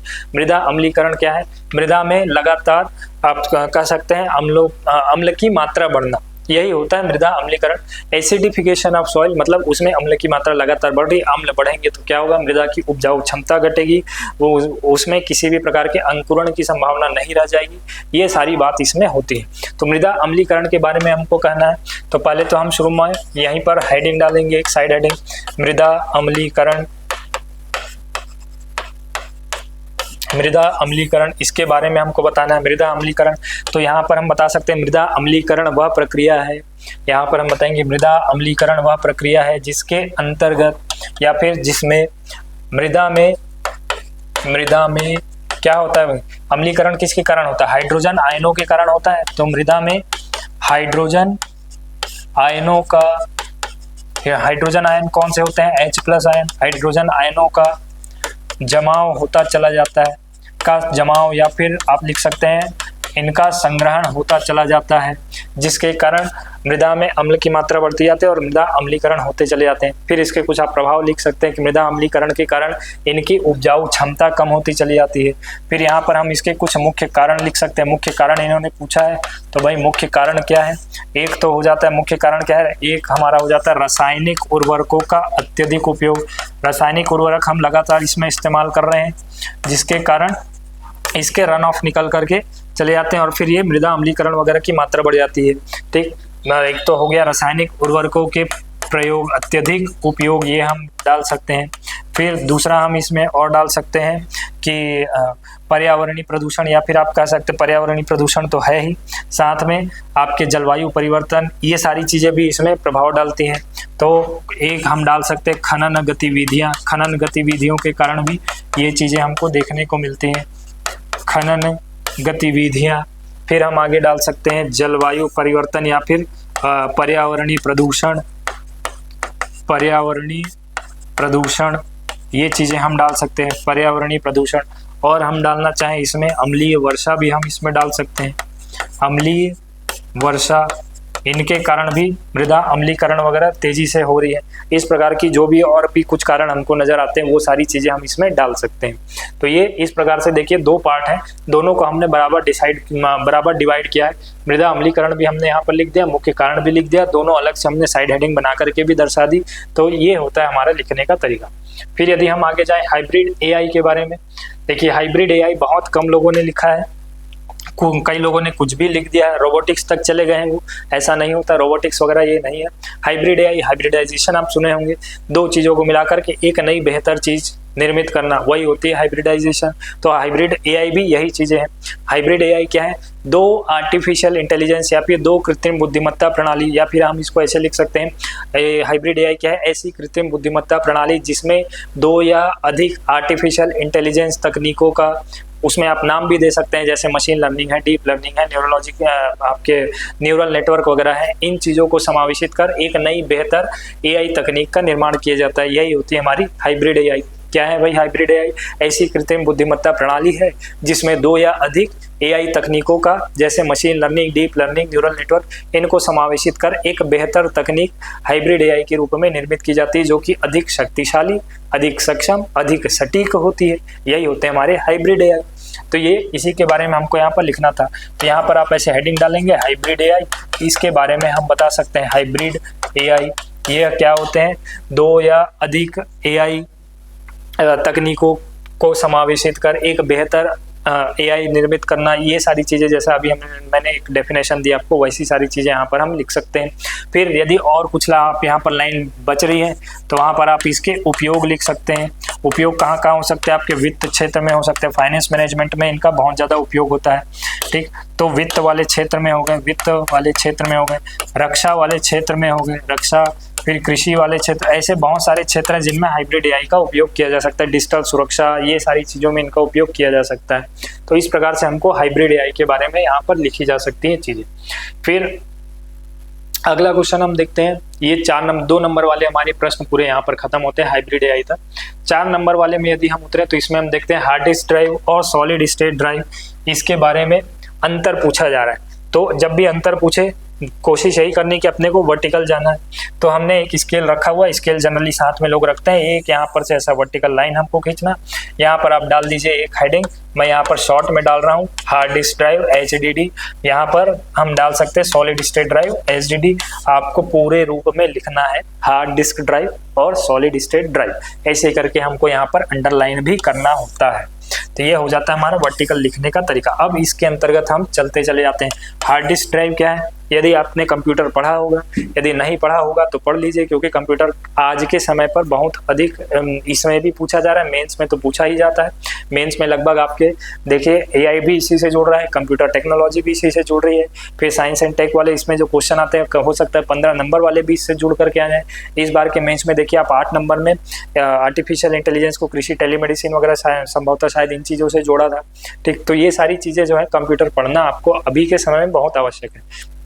और यदि आप भी कंप्यूटर वगैरह आप नहीं पढ़े होंगे तो हमारा स्पर्श PSC एकेडमी का ऐप है जिसमें कंप्यूटर का कोर्स अलग से अवेलेबल है, उसमें सारे वीडियो कोर्स वगैरह भी डले हुए हैं, आप जा करके उसमें भी रेफर कर सकते हैं, चेक कर सकते हैं। खैर अभी हम लोग यहाँ पर वापस आते हैं हार्ड डिस्क ड्राइव और सॉलिड स्टेट ड्राइव में, इसमें क्या अंतर होते हैं? तो देखिए हार्ड डिस्क ड्राइव में हम क्या करते हैं, एक मैग्नेटिक डिस्क होती है, हिंदी में बोले तो चुंबकीय डिस्क होती है, उसी में डेटा संरक्षण वगैरह किया जाता है। मैग्नेटिक डिस्क ऐसे रहती है, इसमें एक स्टाइलस रहता है, ये ऐसा घूमता रहता है और स्टाइलस उस डेटा को रीड करता है। यानी इसमें क्या है भाई, ये मैग्नेटिक डिस्क है, ये क्या कर रही है, ये घूम रही है, मूविंग पार्ट है इसमें। तो इसमें हम कह सकते हैं कि हार्ड डिस्क ड्राइव में क्या है, डेटा संग्रह, इसमें हम लिख सकते हैं डेटा संग्रह चुंबकीय डिस्क में किया जाता है, चुंबकीय डिस्क में किया जाता है, ये हम इसमें लिख सकते हैं। इसमें क्या है भाई, डेटा संग्रह चुंबकीय डिस्क में किया जा रहा है। इसमें क्या होता है, इसमें जो डेटा संग्रह होता है वो हमारा फ्लैश मेमोरी में होता है, फ्लैश मेमोरी चिप में किया जाता है। ठीक, flash memory chip, IC chip भी जिसे बोल देते हैं कई बार, फ्लैश मेमोरी चिप्स में इनका डेटा संग्रह किया जाता है। फिर इसमें हम देखें, चूंकि इसमें मैग्नेटिक डिस्क है, मैग्नेटिक डिस्क है यानी इसमें, अब देखिए मैग्नेटिक डिस्क है और एक छोटी सी चिप है, इसमें आकार किसका बड़ा होगा? ऑब्वियस ही बात है, मैग्नेटिक डिस्क का ही आकार बड़ा होता है। तो हम यहाँ पर लिख सकते हैं आकार में बड़ा होगा, आकार में बड़ा होगा। अब चूंकि ये आकार में बड़ा होगा, इसमें केसिंग वगैरह भी लगनी है और सारी चीज़ें लगनी है, तो वजन में भारी भी होगा, ये आकार में बड़ा होगा, ये चीज़ें हम इसमें लिख सकते हैं। फिर हम इसमें लिख सकते हैं कि वजन इसका अधिक होगा, वजन अधिक होगा या भारी भी होगा, ठीक, ये सारी चीज़ें हम इसमें लिख सकते हैं। यहाँ ये क्या होगा भाई, आकार में छोटा होगा, ये आकार में छोटा होगा, और यदि हम वजन में जाएं तो ये क्या होगा, हल्का होगा, ये चीज़ हम इसमें लिख सकते हैं। फिर अब इसमें और चीज़ें क्या लिख सकते हैं, ये चूँकि आप देखिए ये एडवांस टेक्नोलॉजी पर बेस्ड है, ये हमारी पुरानी थोड़ी टेक्नोलॉजी है, तो आप ये समझिए कि ज़्यादा महंगा कौन होगा, एडवांस टेक्नोलॉजी वाली ज़्यादा चीज़ें ज़्यादा महंगी होंगी, जो पुराने टेक्नोलॉजी पर बेस्ड हैं वो थोड़ी सस्ती होंगी। तो ये चीज़ हम इसमें लिख सकते हैं कि ये कीमत इसकी अधिक हो, कीमत इसकी कम होगी, कीमत कम होगी, इसकी कीमत अधिक होती है, ये चीज़ हम इसमें लिख सकते हैं, कीमत इसकी अधिक होगी, ये बात हम बता सकते हैं, कीमत इसकी अधिक होगी। फिर और चीज़ें हम इसमें लिखना चाहें, इसकी गति जो है, चूँकि ये पुराने टेक्नोलॉजी पर बेस्ड है, इसकी गति थोड़ी कम होगी, इसकी गति कम होती है, गति कम होती है, लगभग 160 Mbps तक इसकी गति होती है, MB पर सेकंड तक। इसकी गति जो है वो ज़्यादा होती है, इसकी गति अधिक होगी, गति अधिक होगी मतलब कितना, ये शुरुआत ही लगभग आपके 200 Mbps से होता है और ये जा सकता है आपके 1000 Mbps तक, ये जा सकता है 1000 MB पर सेकंड तक ये जाता है, ये चीज़ें हैं। फिर इसमें हम और 2-3 चीज़ें लिख सकते हैं, क्योंकि इसमें मूविंग पार्ट है, बहुत सारी चीज़ें इसमें जुड़ी हुई है, तो ये क्या है, ऊर्जा खपत इसमें ज़्यादा होती है, ये क्या होगी भाई, ऊर्जा खपत इसमें ज़्यादा होगी। और इसमें हम और लिख सकते हैं क्या, इसमें जो है ऊर्जा खपत हमारी कम होगी, ऊर्जा खपत कम होगी। अब चूंकि इसमें मूविंग पार्ट है, थोड़ा भी झटका लगा तो ये बिल्कुल बेकार हो सकती हैं, टूट सकती हैं मैग्नेटिक डिस्क वगैरह, आपके डेटा वगैरह पूरे बेकार हो जाएंगे। तो हम इसमें क्या लिख सकते हैं, ये टिकाऊ नहीं होती, अधिक टिकाऊ नहीं है, ये चीज़ें हम लिख सकते हैं। इसमें ये लिख सकते हैं कि ये अधिक टिकाऊ नहीं होगी, ये इसमें हम लिख सकते हैं कि ये अधिक टिकाऊ होती है, ये हम चीज़ इसमें लिख सकते हैं, ये क्या होगी, अधिक टिकाऊ होगी। और क्या हम इसमें बता सकते हैं, क्योंकि ये अधिक टिकाऊ है तो वो ज़्यादा विश्वसनीय है, ये ज़्यादा विश्वसनीय नहीं है। तो देखिए एक एक लाइन में हमने कितने, लगभग 7 से 8 अंतर हम इसी के अंतर्गत लिख सकते हैं। ये एक तरीका होता है कि आप फुल लेंथ लाइन वगैरह लिख रहे हैं। दूसरा तरीका एक ये भी हो सकता है कि हमको अंतर यही चीज़ें लिखनी है, पर हम साथ में क्या करें, सपोज यहाँ पर से मैं थोड़ी सी चीज़ें मिटा रहा हूँ, हमने यहाँ पर क्या डाल दिया, एक आधार वाली चीज़ हम इसमें डाल सकते हैं, क्या डाल सकते हैं भाई, इसमें आधार वाली चीज़ डाल सकते हैं। ऐसे यहाँ पर हमने क्या किया, एक आधार बिंदु यहाँ पर डाल दिया, आधार बिंदु यहाँ पर हम डाल सकते हैं। फिर यहाँ पर हम लिख सकते हैं डेटा संग्रह, हम इसमें सीधा साफ लिख सकते हैं चुंबकीय डिस्क में, उसमें लिख सकते हैं फ्लैश मेमोरी चिप में। फिर हम इसमें लिख सकते हैं आकार, आकार बड़ा होगा वो आकार में छोटा होगा, ये चीज़ लिख सकते हैं। फिर यदि हम इसमें लिख सकते हैं वजन, वजन अधिक होगा वजन कम होगा। फिर हम इसमें लिख सकते हैं गति सीमा, गति सीमा इसकी अधिक होती है, इसकी उसकी अधिक होगी, इसकी कम होगी। फिर हम इसमें लिख सकते हैं ऊर्जा खपत, ऊर्जा खपत किस प्रकार से होगी। तो ऐसे करके 2-3 तरीके हो सकते हैं, या तो आप फुल लेंथ में जाइए या तो फिर यहाँ पर हम आधार बिंदु करके फिर ऐसी चीज़ें हम कर सकते हैं। तो ये इस प्रकार से आप 4 नंबर में लिखेंगे तो लगभग 4 नहीं तो 3.5 नंबर तो इसमें आपको मिलेंगे ही, यदि आपने इतने अंतर लिख दिए, इतनी सारी चीज़ें लिख दी। और ये तभी हो पाएगा जब आपके पास इसके बेस्ड कंसेप्ट वगैरह आपके पास होंगे। तो देखिए केवल 1-2 चीज़ हमें मालूम रही कि मैग्नेटिक डिस्क है, ये उसी के बेस पर हमने यहाँ पर कितनी सारी चीज़ें लिख सकते हैं। यही होता है कंसेप्ट बेस्ड क्वेश्चन वगैरह, ठीक, इसमें हमको रटना वगैरह चीज़ नहीं होती है। तो ये हो जाते हैं हमारे ये वाले क्वेश्चन। फिर हम आगे बढ़ते हैं, ये देखिए इसी प्रकार से अंतर वगैरह हम लिख सकते हैं, 1 2 3 4 5 अंतर इन्होंने भी लिख रखा है। तो हम आगे इसमें और बढ़ सकते हैं। देखिए और भी है इसमें, अधिक शोर, चूंकि उसमें मूविंग डिस्क है तो वह शोर अधिक करेगा, हीट ज़्यादा पैदा करेगा, ये चीज़ें भी हमने उसमें लिखी नहीं थी। 8 अंतर और 9 अंतर हमने उसमें लिख दिए, ये 10वां भी हो सकता है। तो देखिए कितने सारे अंतर हम इसमें लिख सकते हैं। फिर हम आगे बढ़ते हैं 4 नंबर वाले क्वेश्चन में और इसमें दिया गया है ग्रीन हाउस गैसें क्या है, इसके बारे में हमको लिखना है। साथ में हमको लिखना है इनके उत्सर्जन को कम करने के लिए वैश्विक स्तर पर कौन कौन से प्रयास हो रहे हैं। तो ये क्वेश्चन लगभग सभी ने ठीक लिखा है, ग्रीन हाउस गैसेज तक। जहाँ वैश्विक प्रयास की बात आई वहां पर बहुत सारे लोग बिखर चुके हैं, उनको पता नहीं वैश्विक स्तर पर क्या प्रयास चल रहे हैं। वो ज़्यादातर राष्ट्रीय स्तर वगैरह के भी कई प्रयास लिख देते हैं, उसको ठीक है, वो प्रयास भी ठीक है, परंतु उसको वैसे प्रयास अंतर्राष्ट्रीय स्तर भी किए जा रहे हैं, अंतर्राष्ट्रीय स्तर पर भी वे प्रयास किए जा रहे हैं, परंतु उसको उस तरीके से रिप्रेजेंट करना आना चाहिए आपको। नवीकरणीय ऊर्जा ठीक है, भारत में बढ़ावा दिया जा रहा है, इलेक्ट्रिक व्हीकल भारत में, ये सब बाहर में भी बढ़ावा दिया जा रहा है अंतर्राष्ट्रीय स्तर पर कैसे, वही चीज़ें हमको यहाँ पर थोड़ी बहुत रिप्रेजेंट करनी होती। तो पहले तो हमको बताना है कि ग्रीन हाउस गैसें क्या होती है। ये तो बहुत सिंपल सा चीज़ है, ग्रीन हाउस गैसों के बारे में हमको बताना है। ग्रीन हाउस गैस क्या होती है, तो ग्रीन हाउस गैस क्या होती है भाई, ये तो बहुत सिंपल सा डेफिनेशन सभी को मालूम होगा। ग्रीन हाउस गैसेस वे गैसेस होती हैं जो पृथ्वी से आने वाली ऊष्मा को सोख लेती है, पृथ्वी से आने वाली ऊष्मा को अवशोषित कर उसको बाहर नहीं जाने देती, जिससे हमारा वायुमंडल का तापमान बढ़ता है या बढ़ता चला जा रहा है। इस प्रकार की चीज़ें यही होती है हमारी ग्रीन हाउस गैस। तो इसके बारे में हमको 3 लाइन में डेफिनेशन हम यहाँ पर लिख सकते हैं, और यहाँ पर हम बता सकते हैं मुख्य ग्रीन हाउस गैसें भी हम बता सकते हैं, मुख्य ग्रीन हाउस गैसेस भी हम यहाँ पर बता सकते हैं। मुख्य ग्रीन हाउस गैसेस कौन सी होती है भाई, एक तो हो जाती है हमारी CO2, फिर हो जाती है हमारी मीथेन, फिर हो जाती है हमारी नाइट्रस ऑक्साइड, फिर हो जाती है हमारी HFCs, फिर हो जाती है हमारी PFCs, फिर हो जाती है हमारी SFCs। इन सब के बारे में हम यहाँ पर लिख सकते हैं आदि इस तरीके से। फिर वाटर वेपर वगैरह भी हमारे ग्रीन हाउस गैसेस होते हैं, आप उनको भी डाल सकते हैं। फिर यदि हम आगे जाएं कि वैश्विक स्तर पर कौन से प्रयास हो रहे हैं, तो हम यहाँ पर कुछ ऐसा पॉइंट डाल करके लिख सकते हैं कि वैश्विक स्तर पर प्रयास,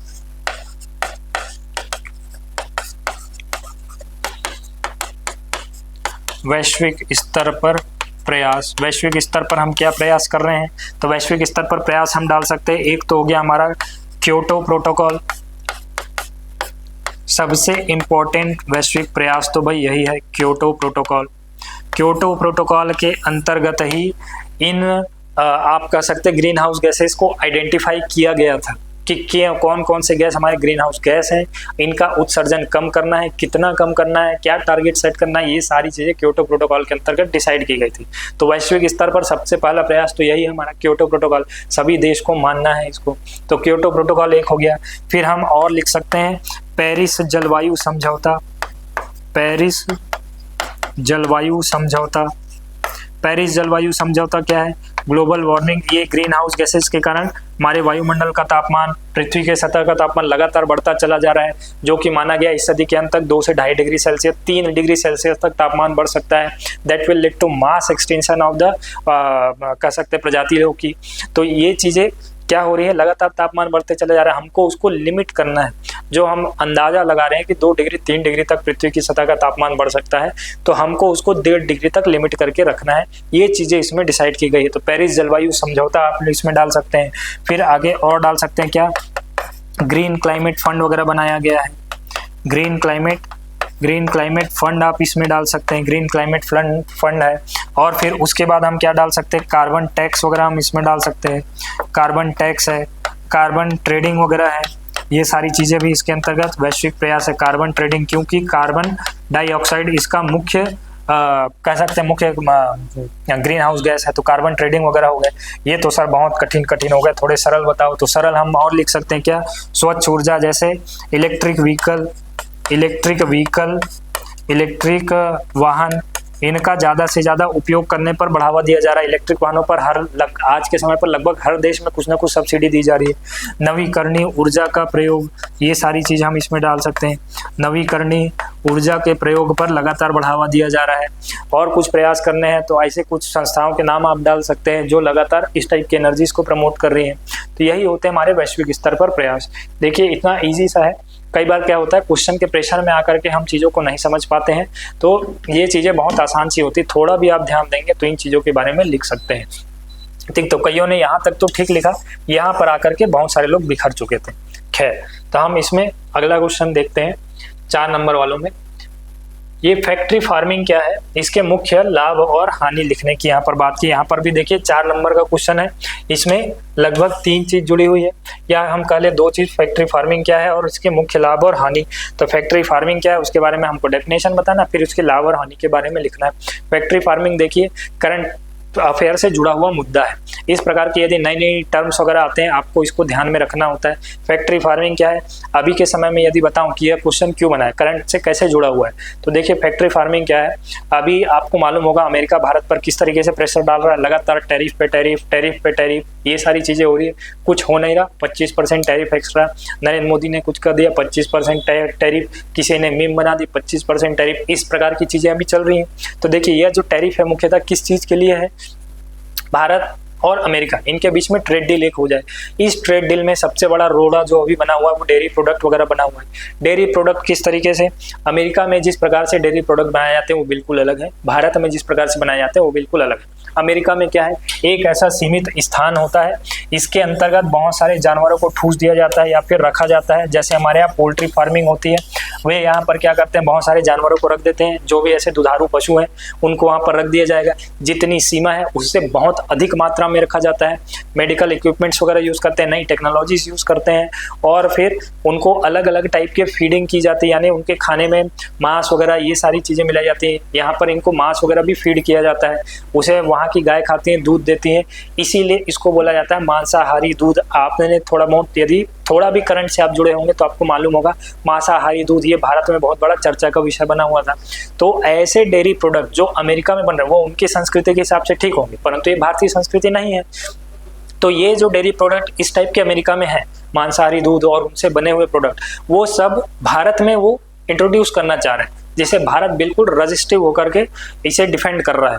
तो इसलिए ये जो टर्म है आपके फैक्ट्री फार्मिंग, इसीलिए बहुत ज़्यादा भारत में न्यूज़ में था। ये जो कर रहा है इसे ही बोला जाता है फैक्ट्री फार्मिंग। फैक्ट्री फार्मिंग क्यों, क्योंकि एक सीमित स्थान पर बहुत सारी चीज़ों को जोड़ दिया, बिल्कुल फैक्ट्री सा ही उसने लगा दिया है, इसलिए इसे बोला जाता है फैक्ट्री फार्मिंग। जैसे हमारे यहाँ पोल्ट्री फार्मिंग वगैरह होती है, वो सारी चीज़ें भी फैक्ट्री फार्मिंग के रूप में आएगी। या आपने देखा होगा मछली पालन वगैरह किया जाता है, एक सीमित आपके जलीय क्षेत्र होता है, जलीय स्रोत होता है, उसमें बहुत भारी मात्रा में मछलियाँ होती हैं। ठीक, यदि आपने कुछ वीडियोज़ वगैरह देखे होंगे या ऐसा जा करके देखा होगा, वो भी एक तरीके से फैक्ट्री फार्मिंग आप कर सकते हैं। तो फैक्ट्री फार्मिंग यही चीज़ें होती है। तो आपको इन टर्म से थोड़ा बहुत करंट से जुड़ते हुए चलना है। अभी के समय में फैक्ट्री फार्मिंग है, कार्बन फार्मिंग है, आपके प्रिसीजन फार्मिंग है, वर्टिकल फार्मिंग है, ये टर्म्स जो है बहुत ज़्यादा न्यूज़ में, इनसे आपको जुड़ते हुए चलना होगा। तो खैर हम अभी यहाँ पर देखते हैं फैक्ट्री फार्मिंग क्या होती है। तो हमको यहाँ पर लिखना है पहले फैक्ट्री फार्मिंग।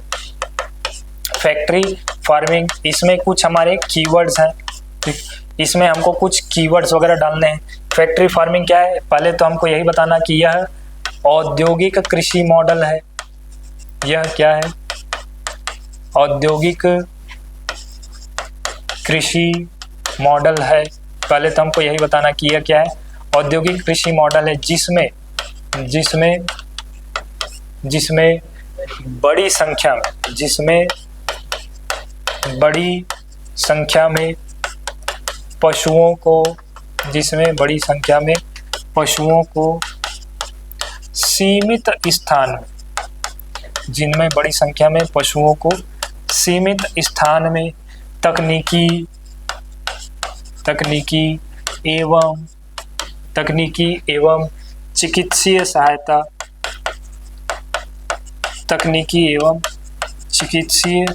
सहायता द्वारा अधिकाधिक उत्पादन के लिए, इस प्रकार से हम इसमें लिख सकते हैं, अधिकाधिक उत्पादन के लिए इनको रखा जाता है या इनका पालन किया जाता है, इस प्रकार से चीज़ें हम लिख सकते हैं।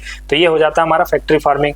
कुछ इसमें कीवर्ड्स आपको अंडरलाइन करना, औद्योगिक कृषि मॉडल, फिर हम लिख सकते हैं सीमित स्थान में, तकनीकी एवं चिकित्सीय सहायता के लिए, फिर आगे हम लिखेंगे अधिकाधिक उत्पादन के लिए।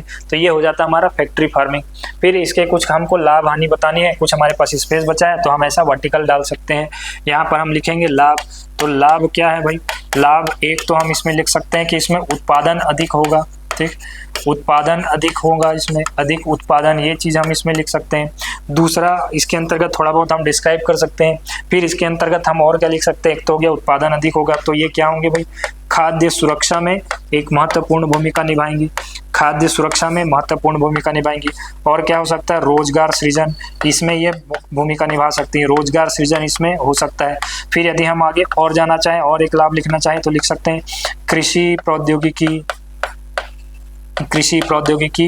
नवाचार, कृषि प्रौद्योगिकी नवाचार। चूंकि यहाँ पर शब्द जुड़ा हुआ है फैक्ट्री फार्मिंग, यानी कृषि वाली चीज़ है, तो कृषि प्रौद्योगिकी नवाचार, ये सारी चीज़ें हम इसमें लिख सकते हैं। फिर यदि हम हानि में जाए तो हानि में क्या है, हानि में सबसे पहली बात तो एनिमल क्रूएलिटी है, ये जीवों के साथ क्या है, एक तरीके की क्रूरता है। तो इससे क्या होगा, पशुओं पर प्रतिकूल प्रभाव, ये आप चीज़ लिख सकते हैं, पशुओं पर प्रतिकूल प्रभाव, ये एक चीज़ हो गई, पशुओं पर प्रतिकूल प्रभाव, ये एक चीज़ हो गई। दूसरी चीज़ आप क्या डाल सकते हैं, दूसरा हम डाल सकते हैं पर्यावरणीय प्रदूषण, दूसरा हम डाल सकते हैं पर्यावरणीय प्रदूषण। चूँकि सारे जीव एक जगह पर होंगे, इनके अपशिष्ट होंगे, वह सारे बह करके एक साथ निकलेंगे। फिर तीसरा हम डाल सकते हैं संक्रमण का खतरा है भाई, संक्रमण का खतरा, ये चीज़ हम इसमें डाल सकते हैं, क्योंकि जूनोटिक बीमारियां वहाँ के जो काम करने वाले वर्कर्स हैं उन तक पहुँच सकती है। ये सारी चीज़ें इस प्रकार से हम इसमें लिख सकते हैं। ठीक, बैक्टीरिया प्रतिरोध, ऐसी करके बहुत सारी चीज़ें इसमें हम लिख सकते हैं। तो लाभ हो गई, हानि हो गई, इस प्रकार से आपके ये पूरे उत्तर जो है कंप्लीट होते हैं। शुरुआत में 3-4 लाइन में हमने फैक्ट्री फार्मिंग के बारे में बता दिया क्या है, फिर उसके बारे में लाभ, फिर और हानि। तो ऐसे आप लिखेंगे तो पूरे अंक इसमें मिल सकते हैं। फैक्ट्री फार्मिंग बहुत ही कम लोगों ने लिखा है, जिन्होंने भी लिखा है मोस्टली फेंकने की कोशिश की है, ऐसा हो सकता है वैसा हो सकता है, ये चीज़ें नहीं है। फैक्ट्री फार्मिंग इज़ अ बिल्कुल न्यू टर्म है ये, इसके बारे में इसीलिए करंट से जुड़ करके हमको चलना होता है। बहुत ही कम लोगों ने इसको लिखा है, बहुत सारे लोगों ने छोड़ दिया है। जिन्होंने लिखा है उन्होंने भी उलून जुलून टाइप की ही चीज़ें लिखी, किसी एकाध ने ही शायद मैंने देखा है कि ठीक ठाक पोल्ट्री से जोड़ करके लिखना चाहा। ठीक, तो ये सारी चीज़ें होती हैं। फिर इसमें हम आगे देखते हैं, ये देखिए कुछ हमारे model answer, green house gases, इनको उत्सर्जन करने के लिए वैश्विक स्तर पर कौन कौन से प्रयास, तो देखिए क्योटो प्रोटोकॉल, पेरिस समझौता, फिर जलवायु परिवर्तन पर ये राष्ट्रीय फ्रेमवर्क कन्वेंशन वगैरह, फिर वैश्विक स्तर पर निगरानी रिपोर्टिंग, ये सारी चीज़। फैक्ट्री फार्मिंग में देखिए कुछ कीवर्ड्स हैं अंडरलाइन किया हुआ है। अब देखिए कृषि मॉडल, उच्च तकनीकी चिकित्सीय सहायता से अधिक उत्पादन हेतु, कौन कौन से उत्पादन, मांस, दूध, अंडे, इन सब के उत्पादन के लिए। फिर इनके लाभ के लिए भी आप दोनों तरीके से जा सकते हो, लाभ हानि आप इस तरीके से भी लिख सकते हैं, या फिर आप वर्टिकल जाकर के भी लिख सकते हैं, डिपेंड्स ऑन यू। रोजगार एवं नवाचार, कम लागत वाले पशु उत्पाद उपलब्ध हैं, उच्च उत्पादन क्षमता, पर्यावरणीय प्रदूषण इसमें हानि में आ जाएंगी। फिर पशु कल्याण के लिए चिंताजनक स्थिति, मानव स्वास्थ्य पर प्रतिकूल प्रभाव, छोटे किसानों पर प्रभाव पड़ेगा, ये सारी चीजें हम इसमें लिख सकते हैं। इस प्रकार से ये आपका उत्तर लेखन होता है। फिर हम आगे बढ़ते हैं, जल प्रदूषण के बिंदु स्रोत, गैर बिंदु स्रोत, इनका वर्णन करना है। तो ये भी चीजें बहुत सौ ने लिखी है, कईयों ने ठीक लिखी है, कईयों ने बिल्कुल, मतलब जल प्रदूषण है तो उसमें वायु प्रदूषण भी डल गया, जल प्रदूषण छोड़ करके बिंदु स्रोत वायु प्रदूषण पर ही घुस गए थे। तो ये ऐसी चीजें नहीं करनी भाई, कम से कम ठीक है, नहीं मालूम जल प्रदूषण तक तो आप सीमित रहिए, वायु प्रदूषण पर तो ना चले जाइए, मृदा प्रदूषण पर तो ना चले जाइए। ठीक, तो यहाँ पर बिंदु स्रोत, गैर बिंदु स्रोत के बारे में हम देखें तो बिंदु स्रोत क्या होते हैं, इसके बारे में पता होना चाहिए आपको। बिंदु स्रोत क्या है, बिंदु स्रोत हमारे निश्चित स्पष्ट स्थान होते हैं, ये बिल्कुल निश्चित होंगे, स्पष्ट स्थान होंगे, जिनसे अपशिष्ट निकल करके सीधा जल निकायों में प्रवेश कर जाता है। यानी कोई ऐसा निश्चित स्थान, स्पष्ट स्थान जहाँ से प्रदूषण निकल करके सीधे जल निकायों में प्रवेश करते हैं, वो हमारे बिंदु स्रोत होते हैं। यानी हम देख करके समझ सकते हैं कि देखो यहाँ से ये प्रदूषण निकल करके नदियों में गिर रहा है, समुद्रों में गिर रहा है, वो सीधा होगा हमारा बिंदु स्रोत, क्योंकि हम इसको आइडेंटिफाई कर रहे हैं, पॉइंट सोर्स पॉल्यूशन इसको बोला जाता है। तो बिंदु स्रोत क्या होंगे, निश्चित एवं स्पष्ट स्थान जहाँ से अपशिष्ट प्रदूषण निकल करके सीधे जल निकायों में गिरते हैं, वो हो जाते हैं हमारे बिंदु स्रोत। ये बिंदु स्रोत क्या क्या हो सकते हैं आपके, हो सकते हैं एक तो हो गए औद्योगिक अपशिष्ट, हो गए औद्योगिक अपशिष्ट हो जाते हैं, औद्योगिक अपशिष्ट एक हो गए।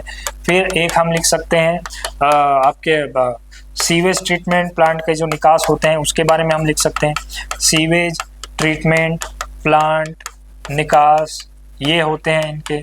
फिर कुछ खनन गतिविधियों के निकास, इसको हम लिख सकते हैं खनन गतिविधियों के निकास, खनन गतिविधियों के निकास, ये हम इसमें जोड़ सकते हैं, खनन गतिविधियों के निकास, ये भी इसके अंतर्गत शामिल होते हैं। बिंदु स्रोत के अंतर्गत। तो ये सारी चीज़ें लिख सकते हैं। और हम लिखना चाहें तो खाद्य प्रसंस्करण उद्योग, खाद्य प्रसंस्करण उद्योग, इनमें भी क्या है, खाद्य प्रसंस्करण उद्योग मतलब जो भी हमारे जैसे आलू से चिप्स बनाना, टमाटो से केचप बनाना, ये सब क्या होते हैं, हमारे खाद्य प्रसंस्करण उद्योग हैं। इसमें छिलके वगैरह ये सारी चीज़ें होती हैं, ये सीधा निकाल करके नदियों में गेर दिया जाता है। ये होते हैं हमारे बिंदु स्रोत।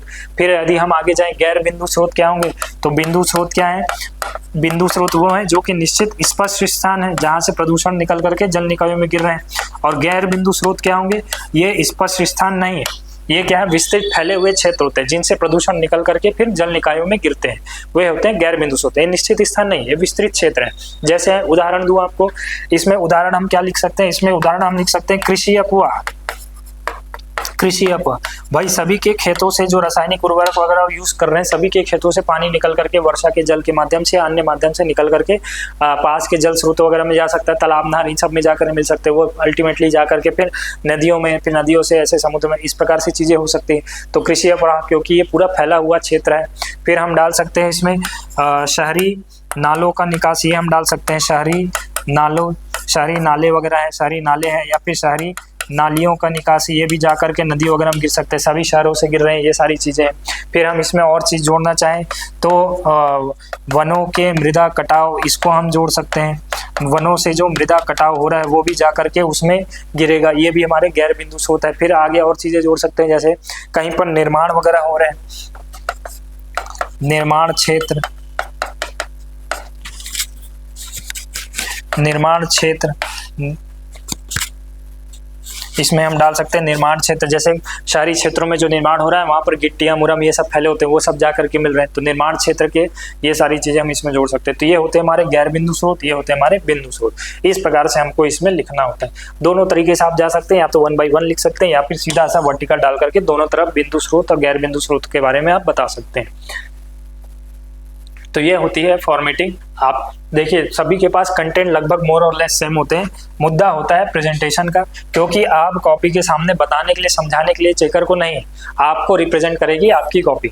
तो आप जिस प्रकार से रिप्रेजेंट कर पाएंगे उसी प्रकार से चेकर समझ पाता है कि आपको इसके बारे में कितनी जानकारी है, कितनी स्पष्टता से आप बातें सामने में रख सकते हैं लोगों के। तो इस प्रकार से ये चीज़ें होती हैं। फिर यदि हम आगे अगला क्वेश्चन देखते हैं, क्लाउड कंप्यूटिंग में डेटा सुरक्षा के लिए किन मुख्य तकनीकों का उपयोग किया जाता है। क्लाउड कंप्यूटिंग क्या होती है, इससे संबंधित क्वेश्चन आपके मेंस में भी आया हुआ था, हमारे टेस्ट सीरीज में भी पिछले साल के डले हुए थे, और भी क्लाउड कंप्यूटिंग जो आज के समय पर थोड़ी आवश्यक है, चर्चा में भी है। तो क्लाउड कंप्यूटिंग क्या है, सर्वर में जो डेटा संग्रह किया जाता है वही होती है हमारी क्लाउड स्टोरेज, और उसी का उपयोग, उसी में काम करना, वह हमारा कहलाता है क्लाउड कंप्यूटिंग। सर्वर में मतलब जैसे आपने गूगल ड्राइव यूज़ किया होगा, उसमें आपने डॉक्यूमेंट डाली, वो वहाँ पर जाकर सेव हो गई, वो कोई फिजिकल अलमारी तो है नहीं कि आपने खोला और डाल दिया, वह क्या है, क्लाउड है, मतलब क्लाउड में स्टोर्ड है, सर्वर में मौजूद है, वो अपने हिसाब से आप कहीं से भी एक्सेस कर सकते हैं। इसको बोला जाता है क्लाउड कंप्यूटिंग। ठीक, तो ये क्लाउड कंप्यूटिंग में डेटा सुरक्षा के लिए मुख्य तकनीकों का उपयोग सीधा सा पूछा है। और यदि हमारे पास बहुत सारे ऐसे आइडियाज़ हैं जिसके माध्यम से क्लाउड कंप्यूटिंग की जा सकती है, तो हम सीधा इसमें सब शुरू हो सकते हैं। नहीं मालूम है सर, तो शुरुआत में 2-3 लाइन आप क्लाउड कंप्यूटिंग के बारे में बता सकते हैं कि क्लाउड कंप्यूटिंग में दूरस्थ सर्वर में डेटा संग्रह किया जाता है। ज़्यादा नहीं, ऐसा ना हो कि आपने आधा लाइन पूरा, आधा पेज जो है आपने पूरा क्लाउड कंप्यूटिंग में ही भर दिया है, ये सब नहीं करना है। मोस्टली लोगों ने यही किया हुआ है। क्लाउड कंप्यूटिंग के बारे में आपको बताना है तो शुरुआती 2 लाइन में बताइए, उसके बाद सीधा सुरक्षा तकनीक पे हमको आना है। यदि आपके पास बढ़िया अच्छे से आइडियाज़ हैं, आप सीधे साहब भी शुरू हो सकते हैं। जैसे हमारे पास यदि बहुत सारे आंकड़े हैं, बहुत सारे आइडियाज़ हैं, तो हम यहाँ पर बता सकते हैं। एक हो जाता है हमारा डेटा इनक्रिप्शन। डेटा एनक्रिप्शन ये एक सुरक्षा तकनीक है, डेटा इनक्रिप्ट करके रखना। जो हमारे बैकगेट जो हमारे डेटा होते हैं उनको एनक्रिप्ट करके रखा जाता है, ताकि जो भी अनाधिकृत लोग हैं उसको पढ़ ना पाए, उनको समझ ना पाए। ठीक, तो ये हो जाती है हमारी डेटा इनक्रिप्शन की बात। फिर आगे हम और चले, एक तो हो गया हमारा डेटा इनक्रिप्शन, फिर हम लिख सकते हैं नेटवर्क सिक्योरिटी, फायरवॉल वगैरह हम चीज़ लिख सकते हैं, या फिर पहले हम लिख लेते हैं मल्टी फैक्टर प्रमाणीकरण हम लिख सकते हैं। इसमें क्या होंगे, मल्टी फैक्टर प्रमाणीकरण, मल्टी फैक्टर प्रमाणीकरण। ये क्या होते हैं भाई मल्टी फैक्टर प्रमाणीकरण? ये जब आप लॉगिन करने के लिए पासवर्ड डालेंगे, पासवर्ड के लिए आपको OTPs लगते हैं, कई बार बायोमेट्रिक सेंसर, आपको फिंगरप्रिंट वगैरह देने होते हैं, यही क्या होते हैं मल्टी फैक्टर प्रमाणीकरण, जिससे यदि कोई हैक करने की भी कोशिश कर रहा है वो तुरंत उस डेटा तक ना पहुंच पाए, तो ये हो जाता है मल्टी फैक्टर प्रमाणीकरण। फिर यदि हम आगे देखें तो आगे क्या हो सकते हैं, नेटवर्क सिक्योरिटी एवं फायरवॉल, नेटवर्क सिक्योरिटी एवं फायरवॉल। ये फायरवॉल क्या होते हैं? फायरवॉल आप देखे होंगे, कभी गवर्नमेंट साइट आप विजिट करो तो सबसे पहले आपके सामने लॉगिन वाला पेज खुलेगा कि आप लॉगिन करो तब आप अंदर जा पाओगे, यानी जिनका प्रवेश निषेध है वहाँ, जो अनाधिकृत लोग हैं जिनको अधिकार नहीं अंदर जाने का, वो उसमें प्रवेश नहीं कर सकते बिना लॉगिन ID वगैरह इन सब चीज़ों के। यही होती है हमारी नेटवर्क सिक्योरिटी फायरवॉल। फिर और इसमें डाल सकते हैं कुंजी सुरक्षा प्रबंध या सुरक्षित कुंजी प्रबंध, इस तरीके से आप लिख सकते हैं कुंजी सुरक्षा प्रबंध, ये सब हो गए। ठीक, ये सब तो ठीक है। थोड़े बहुत इजी वाले भी यदि आपको चाहिए तो कर्मचारी प्रशिक्षण, नियमित डेटा बैकअप, ये हम लिख सकते हैं। डेटा बैकअप जो है लगातार रख करके डेटा सुरक्षित किया जा सकता है, नियमित डेटा बैकअप रखना चाहिए। ठीक, फिर यदि हम आगे और जाएं तो नियमित सुरक्षा आकलन हमको देखना चाहिए, सुरक्षा मानकों का पालन करना चाहिए, नियमित सुरक्षा आकलन इसके अंतर्गत किए जाने चाहिए, ये चीज़ें हैं। फिर यदि हम और आगे जाएं तो कर्मचारी प्रशिक्षण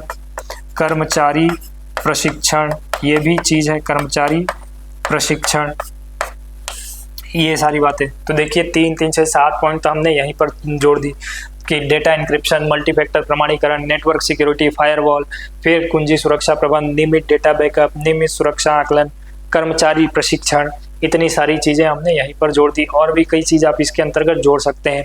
ठीक, तो इस प्रकार से हमको बिंदुवार तरीके से लिखना है, साथ में यहाँ पर थोड़ा थोड़ा हमको एक्सप्लेनेशन भी इसके अंतर्गत करते चलना होता है। तो ये हो जाते हैं, इस तरीके से हम बिंदुवार तरीके से लिखते हैं। तो हमको क्या है, एक नज़र में हमको समझ में आता है किस प्रकार की आपने तकनीकों को यहाँ पर लिखा हुआ है।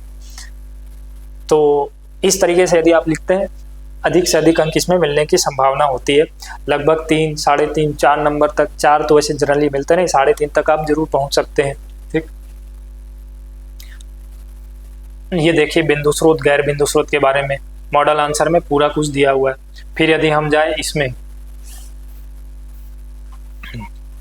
आपके ये क्लाउड कंप्यूटिंग वाले, तो देखिए इसमें भी हमने लिखा हुआ डेटा इंक्रिप्शन है, मल्टीफैक्टर प्रमाणीकरण, firewall, network security, access control भी है इसमें। फिर नियमित सुरक्षा आकलन, सुरक्षा कमजोरियों को पहचानना, भेद्यता स्कैन, डेटा लीकेज को बचाना, ये सारी चीज़ के अंतर्गत आप एक एक पॉइंट बना करके लिख सकते हैं। फिर आगे हम चलते हैं 8 नंबर वाले क्वेश्चंस में, ex situ संरक्षण क्या होते हैं, फिर इनके प्रमुख स्वरूपों की विस्तृत व्याख्या करना है और भारत में कुछ इसके प्रमुख उदाहरण लिखना है। यहाँ पर देखिए एक क्वेश्चन में 3 पार्ट है। पहला है ex situ संरक्षण क्या है, इसमें तो हमको सीधा साफ सिंपल सा डेफिनेशन बताना है, तो ये हो जाता है हमारा लगभग 2 नंबर के आसपास। फिर हम देखिए इसमें कुछ प्रमुख उदाहरणों का उल्लेख कीजिए, लिखा है भारत में कुछ प्रमुख उदाहरण। ये भी छोटे से क्वेश्चन है, बहुत ज्यादा उदाहरण नहीं, तो इसमें भी हम मान लेते हैं 2 नंबर के आसपास होगा। अब देखिए बीच में लिखा हुआ इनके प्रमुख स्वरूपों की विस्तृत व्याख्या कीजिए, ये लगभग 4 नंबर के। इस प्रकार से हमको थोड़ा क्वेश्चन को पैटर्न समझना होता है, डिवीजन करना होता है। तो इसमें 2-3 प्रकार से आप लिख सकते हैं, या तो लाइन बाय लाइन चल सकते हैं। शुरुआत में आपने ex situ संरक्षण बताया, फिर इसके कुछ प्रमुख स्वरूप बताए, फिर उसके बाद कुछ उदाहरण बताए, या फिर आप बता सकते हैं शुरुआत में ex situ संरक्षण के बारे में विस्तृत स्वरूप बता रहे हैं, साथ ही साथ यहाँ पर एक ऐसा डाल करके कुछ उदाहरण आप इनके लिख सकते हैं। इसके उदाहरण ही क्या है पहले हम देख लेते हैं। जैसे आपके botanical garden, national botanical garden, या फिर आप कह सकते हैं जो हमारा जगदीश चंद्र बोस, इसे मैं शॉर्ट में यहाँ पर लिखता हूँ, जगदीश चंद्र बोस, ये बोटेनिकल गार्डन, या फिर चलिए इसे हम बाद में देखते हैं कि ये किस प्रकार से लिखा जा सकता है। पहले हम शुरुआत में ex situ संरक्षण वगैरह के बारे में ही चर्चा करते हैं।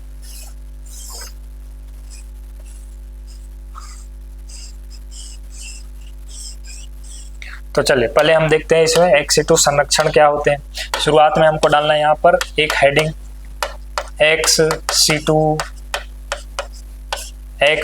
संरक्षण। ex situ संरक्षण क्या होते हैं, ये डेफिनेशन तो लगभग 90% लोगों ने ठीक ही लिखी है कि प्राकृतिक आवास से बाहर सुरक्षित नियंत्रित वातावरण में जीवों का संरक्षण करना एक्स सिटू संरक्षण कहलाता है। प्रजातियों को विलुप्तता से बचाने के लिए ऐसे तकनीक, ऐसे उपाय अपनाए जाते हैं। इस प्रकार की चीज़ें आपने लिख रखी जो कि बिल्कुल सही है और उसके लिए अंक भी मिले हुए हैं। तो एक्स सिटू संरक्षण हमको बता देना है। फिर इसके प्रमुख स्वरूप क्या हो सकते हैं, ठीक, भारत में किस प्रकार के इसके प्रमुख स्वरूप देखने को मिलते हैं, इसके बारे में हमको चर्चा करनी है। कई लोगों ने बहुत ठीक लिखा है, कईयों ने शुरुआत की है प्रमुख स्वरूप के अंतर्गत। पहला लिखा है उन्होंने राष्ट्रीय उद्यान, दूसरा उन्होंने लिखा है वन्य जीव अभ्यारण्य। भाई ये इन सिटू संरक्षण होते हैं, एक्स सिटू संरक्षण नहीं होते हैं। आपने उसको उठा करके एक्स सिटू में क्यों डाला है, गॉड नोस। वो सारे इन सिटू संरक्षण होते हैं, एक्स सिटू संरक्षण नहीं होते। आपको नहीं मालूम, छोड़ दो, इससे बढ़िया वही चीज़ है। इसके अंतर्गत उलूल कुछ भी चीज़ें नहीं लिख देनी होती हैं, ठीक। इससे आपकी इमेज पर प्रभाव पड़ता है, प्रतिकूल प्रभाव पड़ता है। तो पहले हमको देखना है प्रमुख स्वरूप क्या क्या हो सकते हैं। सबसे पहले तो हम डाल सकते हैं इसमें बोटेनिकल गार्डन। फिर वही बात, हम सारी चीज़ें बिंदुवार तरीके से इसमें लिखते चले जाएंगे। बोटेनिकल गार्डन हम इसमें डाल सकते हैं। बोटेनिकल गार्डन क्या है, वनस्पति, दुर्लभ वनस्पतियों का इसमें संरक्षण किया जाता है, बोटेनिकल गार्डन हो गए। फिर हम और क्या देख सकते हैं इसमें, दूसरा हम डाल सकते हैं आपके बोटेनिकल गार्डन हो गए। फिर हम डाल सकते हैं चिड़ियाघर, इसमें डाल सकते हैं चिड़ियाघर हम इसमें डाल सकते हैं कि इसमें प्रजातियों का दुर्लभ प्रजाति है उनका संरक्षण चिड़ियाघर में ला करके किया जा सकता है। जूलॉजिकल पार्क में दोनों चीज़ें हो जाती है, संरक्षण भी हो जाती है, साथ में पर्यटन भी हो जाता है। फिर एक चीज़ हो जाती है जंगल सफारी, जंगल सफारी को भी आप इसमें डाल सकते हो। जंगल सफारी क्या है, इसमें प्राकृतिक आवास उनको देने की कोशिश की जाती है, परंतु प्राकृतिक आवास में नहीं होता। रायपुर जंगल सफारी आप देखिए कौन से प्राकृतिक आवास पर बना हुआ है, आर्टिफिशियल मेड है। तो जंगल सफारी भी एक आप डाल सकते हैं। फिर और हम आगे क्या डाल सकते हैं, बीज बैंक डाल सकते हैं, या फिर इसे ही बोला जाता है सीड बैंक, इसे हम बोल सकते हैं बीज बैंक या सीड बैंक। फिर और क्या डाल सकते हैं हम इसमें, जीन बैंक भी एक होते हैं, जिनमें दुर्लभ वनस्पति हैं या दुर्लभ जीव हैं उनके जीन्स को क्रायो प्रिजर्वेशन के माध्यम से संरक्षित किया जाता है, ये हम डाल सकते हैं। जीन बैंक हो गए, सीड बैंक हो गए। फिर हम आगे और क्या डाल सकते हैं, हर्बेरियम है, हर्बेरियम्स भी होते हैं जिनमें आपके वनस्पतियों का संरक्षण। फिर आर्बोरेटम होते हैं, आर्बोरेटम भी हम इसमें डाल सकते हैं। आर्बोरेटम हो गए, ये हो गए 7। 8वां आपको एक और देता हूँ, हर्बेरियम हो गए, आर्बोरेटम हो गए। एक्वेरियम भी आप इसमें लिख सकते हो, मछली पालन वगैरह के लिए जो यूज, पालन नहीं, मछलियों का संरक्षण और संग्रहण इसमें किया जाता है, ठीक। तो देखिए इतने प्रकार से स्वरूप हम इसमें लिख सकते हैं, बोटनिकल गार्डन, जूलॉजिकल पार्क, जंगल सफारी, बीज bank, seed bank, arboretum, herbarium, gene bank, aquarium. बहुत सारे तरीके हैं एक्स सिटू संरक्षण के भी। और यदि यहाँ भारत में उदाहरण की बात करें तो भारत के उदाहरण में आप डाल सकते हैं, जैसा शुरुआत में मैं बता रहा था, जगदीश चंद्र बोस बोटेनिकल गार्डन, ये है आपके कोलकाता में स्थित है, ये कोलकाता में स्थित है। फिर हम आगे डाल सकते हैं national zoological park, national zoological park, ये आपका स्थित है नई दिल्ली में स्थित है, ये आपका स्थित है नई दिल्ली में। फिर आगे हम डाल सकते हैं राष्ट्रीय वानस्पतिक अनुसंधान केंद्र, राष्ट्रीय वानस्पतिक अनुसंधान केंद्र, ये आपका स्थित है लखनऊ में स्थित है, ये आपका स्थित है लखनऊ में। फिर कृषि अनुसंधान संस्थान, ये आपका नई दिल्ली में स्थित है। नेशनल बीज बैंक या नेशनल सीड बैंक जिसे बोला जाता है, ये भी आपका नई दिल्ली में स्थित है। इस प्रकार से कुछ आप 4-5 उदाहरण इसमें लिख सकते हैं। तो ये हो जाता है हमारा कंप्लीट आंसर। शुरुआत में हमने एक्स सिटू संरक्षण बताया, इसके प्रमुख स्वरूप एक 2 पॉइंट में डिस्कस करते चले गए और साथ में साइड में हमने कुछ उदाहरण डाल दिए। तो ये हो जाता है इसका कंप्लीट आंसर, तब जाकर के आपको अच्छे खासे नंबर इसमें मिल सकते हैं, ठीक।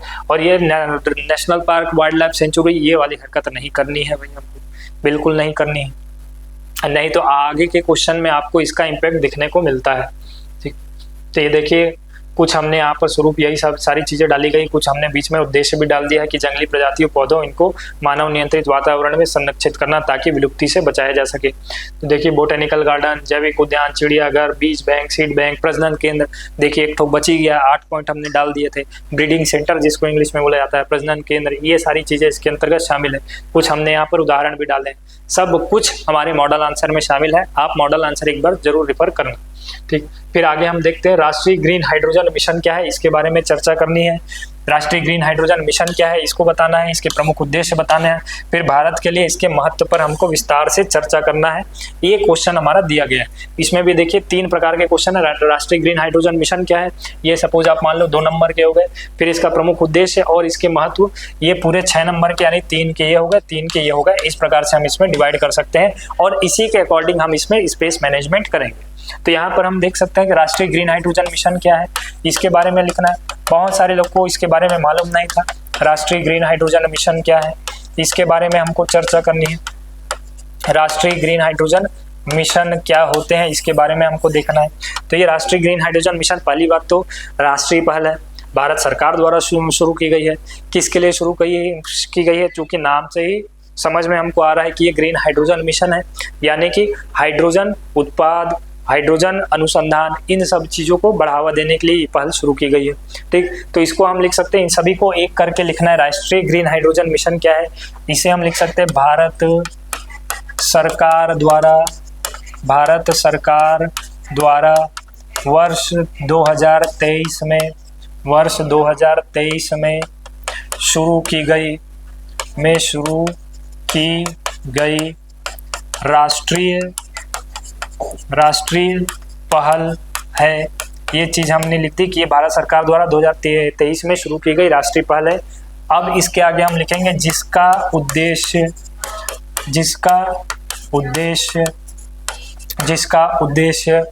देश में, या फिर जिसका उद्देश्य हम सीधा लिख सकते हैं जिसका उद्देश्य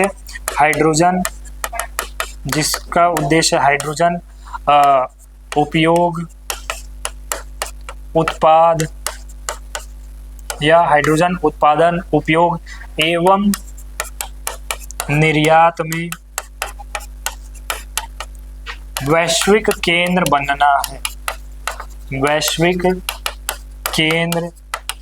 बनना है। ये चीज़ें हम 3 लाइन में डिफाइन कर सकते हैं कि भारत सरकार द्वारा 2023 में शुरू की गई राष्ट्रीय पहल है। साथ में इसका उद्देश्य क्या है? हाइड्रोजन, जो भी हमारा ग्रीन हाइड्रोजन, या फिर आप यहाँ पर लिख लिए हरित हाइड्रोजन उपयोग, उत्पादन एवं निर्यात में वैश्विक केंद्र बनना है। ये 3 चीज़ इसमें मुख्य है।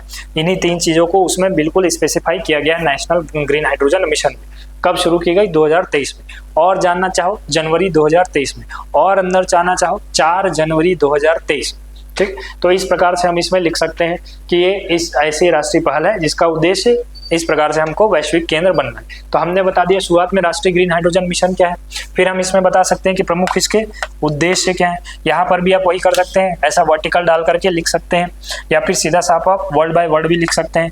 इसका उद्देश्य क्या है, तो उद्देश्य में, प्रमुख उद्देश्य में पहला तो यही हम डाल सकते हैं कि वैश्विक केंद्र बनना। किसके लिए वैश्विक केंद्र बनना भाई? किसके लिए वैश्विक केंद्र बनना है? राष्ट्रीय ग्रीन हाइड्रोजन उत्पादन में, ग्रीन हाइड्रोजन उपयोग में किस प्रकार से हमको इसमें थोड़ा सा अलग चीज़ें बतानी होंगी। जैसे हम यहाँ पर बता सकते हैं ग्रीन हाइड्रोजन उत्पाद, ग्रीन अमोनिया होते हैं, ग्रीन अमोनिया वगैरह हो गए, फिर आपकी ग्रीन ऐसे कुछ फ्यूल, इस टाइप की चीज़ें हैं जिसके उत्पादन में, निर्यात में हमको वैश्विक केंद्र बनना है। इस प्रकार की चीज़ें हम इसमें लिख सकते हैं। तो ये हो गई वैश्विक केंद्र की बात। दूसरा हम इसमें लिख सकते हैं कि ऊर्जा सुरक्षा, ये चूँकि ग्रीन हाइड्रोजन मिशन है, इससे ऊर्जा उत्पादन वगैरह भी हम कर सकते हैं। ऊर्जा उत्पादन किस टाइप से? जो हमारी व्हीकल ड्राइव होंगी उसके लिए भी तो कुछ एनर्जी लगती है, उस टाइप की ऊर्जा की यहाँ पर बात हो रही है। ठीक, और साथ में हाइड्रोजन वगैरह हम लोग इसके रूप में, नवीकरणीय ऊर्जा के रूप में हम इसको यूज़ कर सकते हैं। तो जब हम इसको व्हीकल्स वगैरह में यूज़ करेंगे तो ये क्या करेंगे भाई? जीवाश्म ईंधन पर हमारी निर्भरता घटाएंगे। तो जीवाश्म ईंधन पर निर्भरता घटाने के लिए, ठीक, तो ये हो गया हमारा उद्देश्य। एक तो वैश्विक केंद्र हो गया, निर्यात वैश्विक केंद्र, इस टाइप की चीज़ लिख सकते हैं। जीवाश्म ईंधन पर निर्भरता घटाना। तीसरा हम इसमें डाल सकते हैं ऊर्जा सुरक्षा हासिल करना, ये चीज़ हम इसमें लिख सकते हैं। ठीक, तो इस प्रकार से कई टाइप के हम इसमें उद्देश्य लिख सकते हैं। वैश्विक केंद्र बनना, जीवाश्म ईंधन पर निर्भरता घटाना, ऊर्जा सुरक्षा। फिर ये चूँकि जीवाश्म ईंधन पर हमारी निर्भरता घटाएगा तो हमारी मुद्रा बचत वगैरह होगी। ठीक, तो इसमें आप मुद्रा बचत करना, विदेशी मुद्रा बचत, इस टाइप की चीज़ भी आप लिख सकते हैं। या फिर ये नहीं लिखनी तो आप औद्योगिक नवाचार अनुसंधान लिख सकते हैं। नवीनीकृत क्षेत्र में औद्योगिक नवाचार एवं शोध वगैरह को बढ़ावा देना, ये सारी चीज़ें आप लिख सकते हैं। और इसमें आगे आप लिखना चाहो तो नवीकरणीय क्षेत्र में या फिर ग्रीन हाइड्रोजन क्षेत्र में अंतर्राष्ट्रीय बाजार में पकड़ को मजबूत करना, या फिर अंतर्राष्ट्रीय प्रतिस्पर्धा में आगे बढ़ना, ये सारे हमारे उद्देश्य के अंतर्गत आ जाते हैं। फिर यदि हम इसमें आगे चले और इसमें आगे हम क्या लिख सकते हैं, इसमें आगे हम देखते हैं महत्व के बारे में। इसमें यदि हमको पूछा गया है कि हम इसमें महत्व क्या लिखें, तो महत्व के बारे में हम कह सकते हैं, महत्व क्या लिख सकते हैं। एक तो हो गया इसका आर्थिक विकास, आर्थिक विकास में इसका एक महत्व है। आर्थिक विकास कैसे हो रहा है भाई, आर्थिक विकास में इसका कैसे महत्व है, एक तो हमारी जीवाश्म ईंधन पर निर्भरता कम कर रहा है, विदेशी मुद्रा की हमारी बचत हो रही है, और फिर साथ में हमारे औद्योगिक नवाचार अनुसंधान ये सारी चीज़ें हो रही है, तो आर्थिक विकास में इसका महत्व होगा। फिर दूसरा ये है कि हमारी स्वदेशी तकनीक विकसित यहाँ पर हो पाएगी।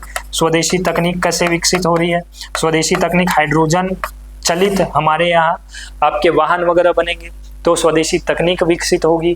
ठीक, फिर तीसरा ये हो सकता है हमारा कि निर्यात वगैरह में भागीदारी भारत की बढ़ेगी। ठीक, निर्यात, नवीकरणीय ऊर्जा निर्यात या नवीकरणीय वाहन निर्यात, इन सब में निर्यात में भारत की भूमिका बढ़ेगी। ये सारी चीज़ें, ये भी हमारे लिए एक महत्व की बात है। ठीक, तो इस प्रकार से कई महत्व हम लिख सकते हैं, कई यहाँ पर हम उद्देश्य लिख सकते हैं। ये सारा इस तरीके से लिखा जाता है। हमने पहले डिवाइड किया कि कितने कितने अंक के ये हो सकते हैं, उस प्रकार से हम यहाँ पर स्पेस मैनेजमेंट किया जा सकता है। ठीक, इसको हम लोग एक बार मॉडल आंसर में भी देख लेते हैं किस प्रकार से हम इसको लिख सकते हैं। देखिए, शुरुआत में हमने राष्ट्रीय ग्रीन हाइड्रोजन मिशन के बारे में लिखा, भारत सरकार द्वारा जनवरी 2023 में शुरू की गई पहल है। फिर प्रमुख उद्देश्य हम बता दिए, वैश्विक केंद्र बनना, कार्बन उत्सर्जन कम करना, देखिए कार्बन उत्सर्जन कम करना, ऊर्जा सुरक्षा बढ़ाना, औद्योगिक विकास को बढ़ावा, फिर इसका उत्पादन लक्ष्य 2030 तक लगभग 50 लाख ग्रीन हाइड्रोजन क्षमता स्थापना, 50 लाख मीट्रिक टन की यहाँ बात हो रही है, इतना उत्पादन इसमें करना।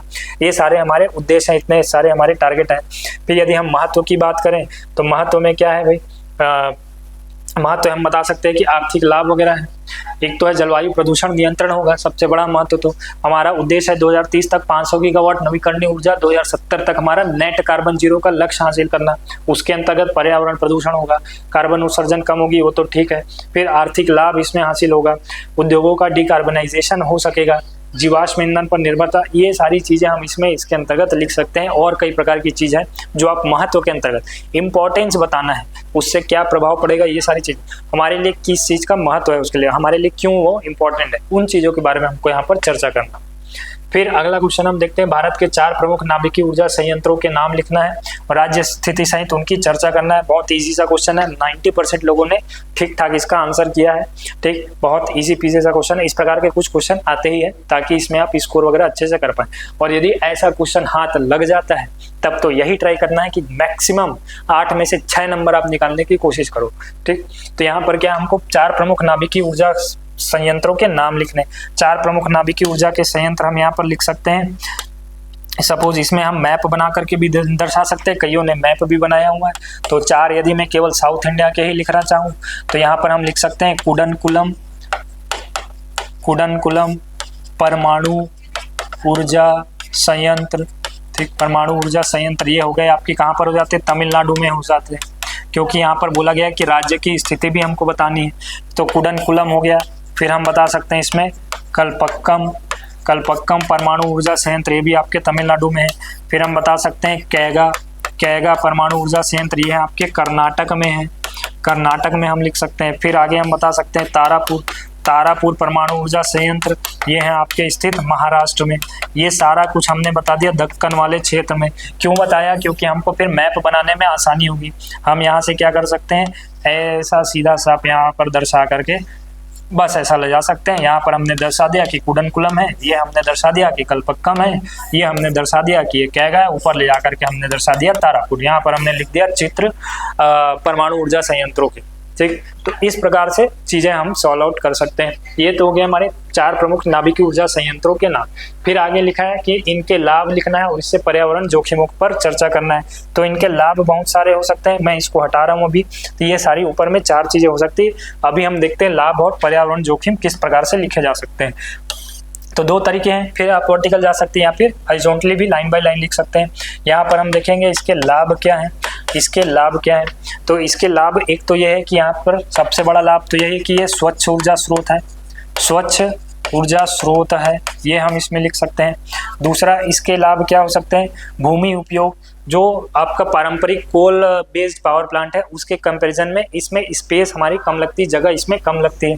तो इसमें हम लिख सकते हैं भूमि का दक्ष उपयोग, एफिशिएंट लैंड मास यूज, इस तरीके से लिख सकते हैं। या फिर दक्ष भूमि उपयोग, भूमि का दक्ष उपयोग, ये सारी चीज़ हम इसमें लिख सकते हैं। ठीक, फिर हम इसमें लिख सकते हैं ऊर्जा सुरक्षा में ये महत्वपूर्ण भूमिका निभाता है, ऊर्जा सुरक्षा में महत्वपूर्ण भूमिका ये निभा रहे हैं। ऊर्जा सुरक्षा में महत्वपूर्ण भूमिका ये निभा रहे हैं। इस प्रकार से ये सारी चीज़ें हम 4, 5, 6 ऐसा हम इसमें लाभ लिखते चले जा सकते हैं। फिर यदि हम हानि देखें, हानि वगैरह में क्या है, इसमें हम और बहुत सारी चीज़ें लिख सकते हैं। तकनीकी एडवांसमेंट यानी टेक्नोलॉजिकल एडवांसमेंट वगैरह में ये सहायक है। आपके जो जीवाश्म ईंधन है उस पर निर्भरता हमारी ये कम करेगा। ये सारी बातें हम इसमें लाभ के अंतर्गत लिख सकते हैं। हानि में क्या है, हानि में एक तो यही है कि सबसे बड़ा हानि आप दुष्परिणाम कह सकते हैं कि परमाणु दुर्घटना की संभावना इसमें रहती है। दुर्घटना की संभावना, यदि आप जानते हो चेरनोबिल डिजास्टर या फिर आप जानते हो Fukushima disaster, Fukushima nuclear disaster, तो आप जानते होंगे परमाणु दुर्घटना की कैसी संभावना है। अर्थक्वेक आया, परमाणु रिएक्टर वगैरह ढह गए तो भाई वहाँ पर पूरा एरिया ही साफ हो जाना है। तो परमाणु दुर्घटना की संभावना। फिर दूसरा हम कह सकते हैं कि परमाणु अपशिष्टों का प्रबंधन, परमाणु अपशिष्टों का प्रबंधन, ये एक बहुत बड़ी चुनौती होती है, परमाणु अपशिष्टों का प्रबंधन। ठीक, फिर और इसमें सुरक्षा संबंधी हमारी कुछ सुरक्षा समस्याएं हो सकती है। यदि ये गलत हाथों में पड़ गई तो फिर पूरे राष्ट्र के आप समझ सकते हैं राष्ट्रीय सुरक्षा पर एक बहुत बड़ा प्रश्न चिन्ह खड़ा हो सकता है। तापीय प्रदूषण का भी ये माध्यम होती है, चूंकि तापीय प्रदूषण कूलेंट के रूप में कई बार ऐसे प्रकार के जलों का उपयोग किया जाता है। लिए ठंडे जल जाते हैं और फिर शीतलक के रूप में इस्तेमाल करके गर्म जल छोड़े जाते हैं, तो तापीय प्रदूषण का भी एक कारण बनेगा।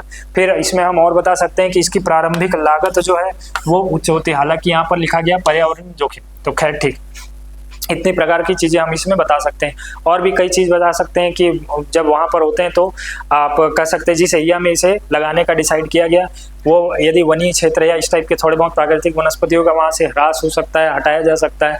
ये सारी बातें इसके अंतर्गत हम लिख सकते हैं लाभ और हानि के अंतर्गत। तो इस प्रकार से ये आपका कंप्लीट आंसर बनता है।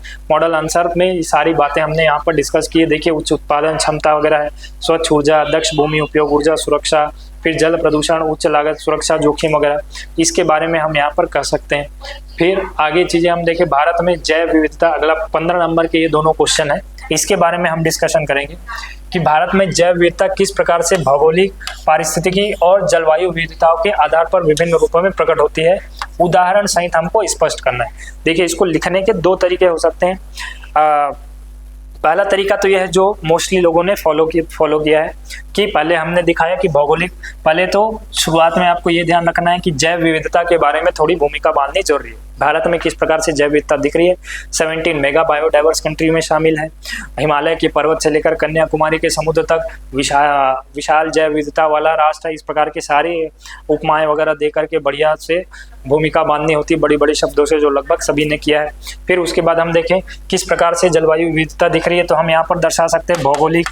पहले हम जा सकते हैं भौगोलिक पर, फिर हम देख सकते हैं भौगोलिक तरीके से किस प्रकार से हमारे यहाँ देश में विविधता दिख रही है। तो हम इसमें 1 बाय 1 जा सकते हैं। हिमालयी क्षेत्र, इसमें हम देख सकते हैं हिमालयी क्षेत्र, ऊंची चोटी इसमें शामिल है, ठंडे क्षेत्र है, यहाँ पर हमको हिम तेंदुआ, लाल पांडा, ये सब हमको दिखाई देते हैं। इस प्रकार की चीज़ें हम जोड़ सकते हैं।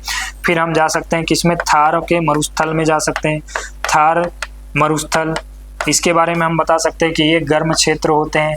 यहाँ पर आपके ये कांटेदार वन वगैरह कांटेदार आपके वनस्पति पाए जाते हैं, इस प्रकार की चीज़ें। ठीक, थार मरुस्थल हिमालयी क्षेत्र हो गए। फिर हम इसमें और क्या जोड़ सकते हैं, गंगा ब्रह्मपुत्र की घाटी, इसके बारे में हम लिख सकते हैं। फिर इसके आगे हम और क्या जोड़ सकते हैं, आपका पश्चिमी घाट है, उसके बारे में हम लिख सकते हैं पश्चिमी घाट। और हम आगे जाएं, इसमें पूर्वोत्तर राज्य, पूर्वोत्तर वाले क्षेत्र हम इसमें लिख सकते हैं। इस प्रकार से भौगोलिक क्षेत्रों का हम वर्णन करके बता सकते हैं। फिर हम जाएं पारिस्थितिकी तंत्र, पारिस्थितिकी के आधार पर, तो पारिस्थितिकी के आधार पर भी भारत में बहुत सारे विविधताएं देखने को मिलती है। पारिस्थितिकी विविधता हम कैसे देख सकते हैं, एक तो हो जाती है हमारी वन पारिस्थितिकी।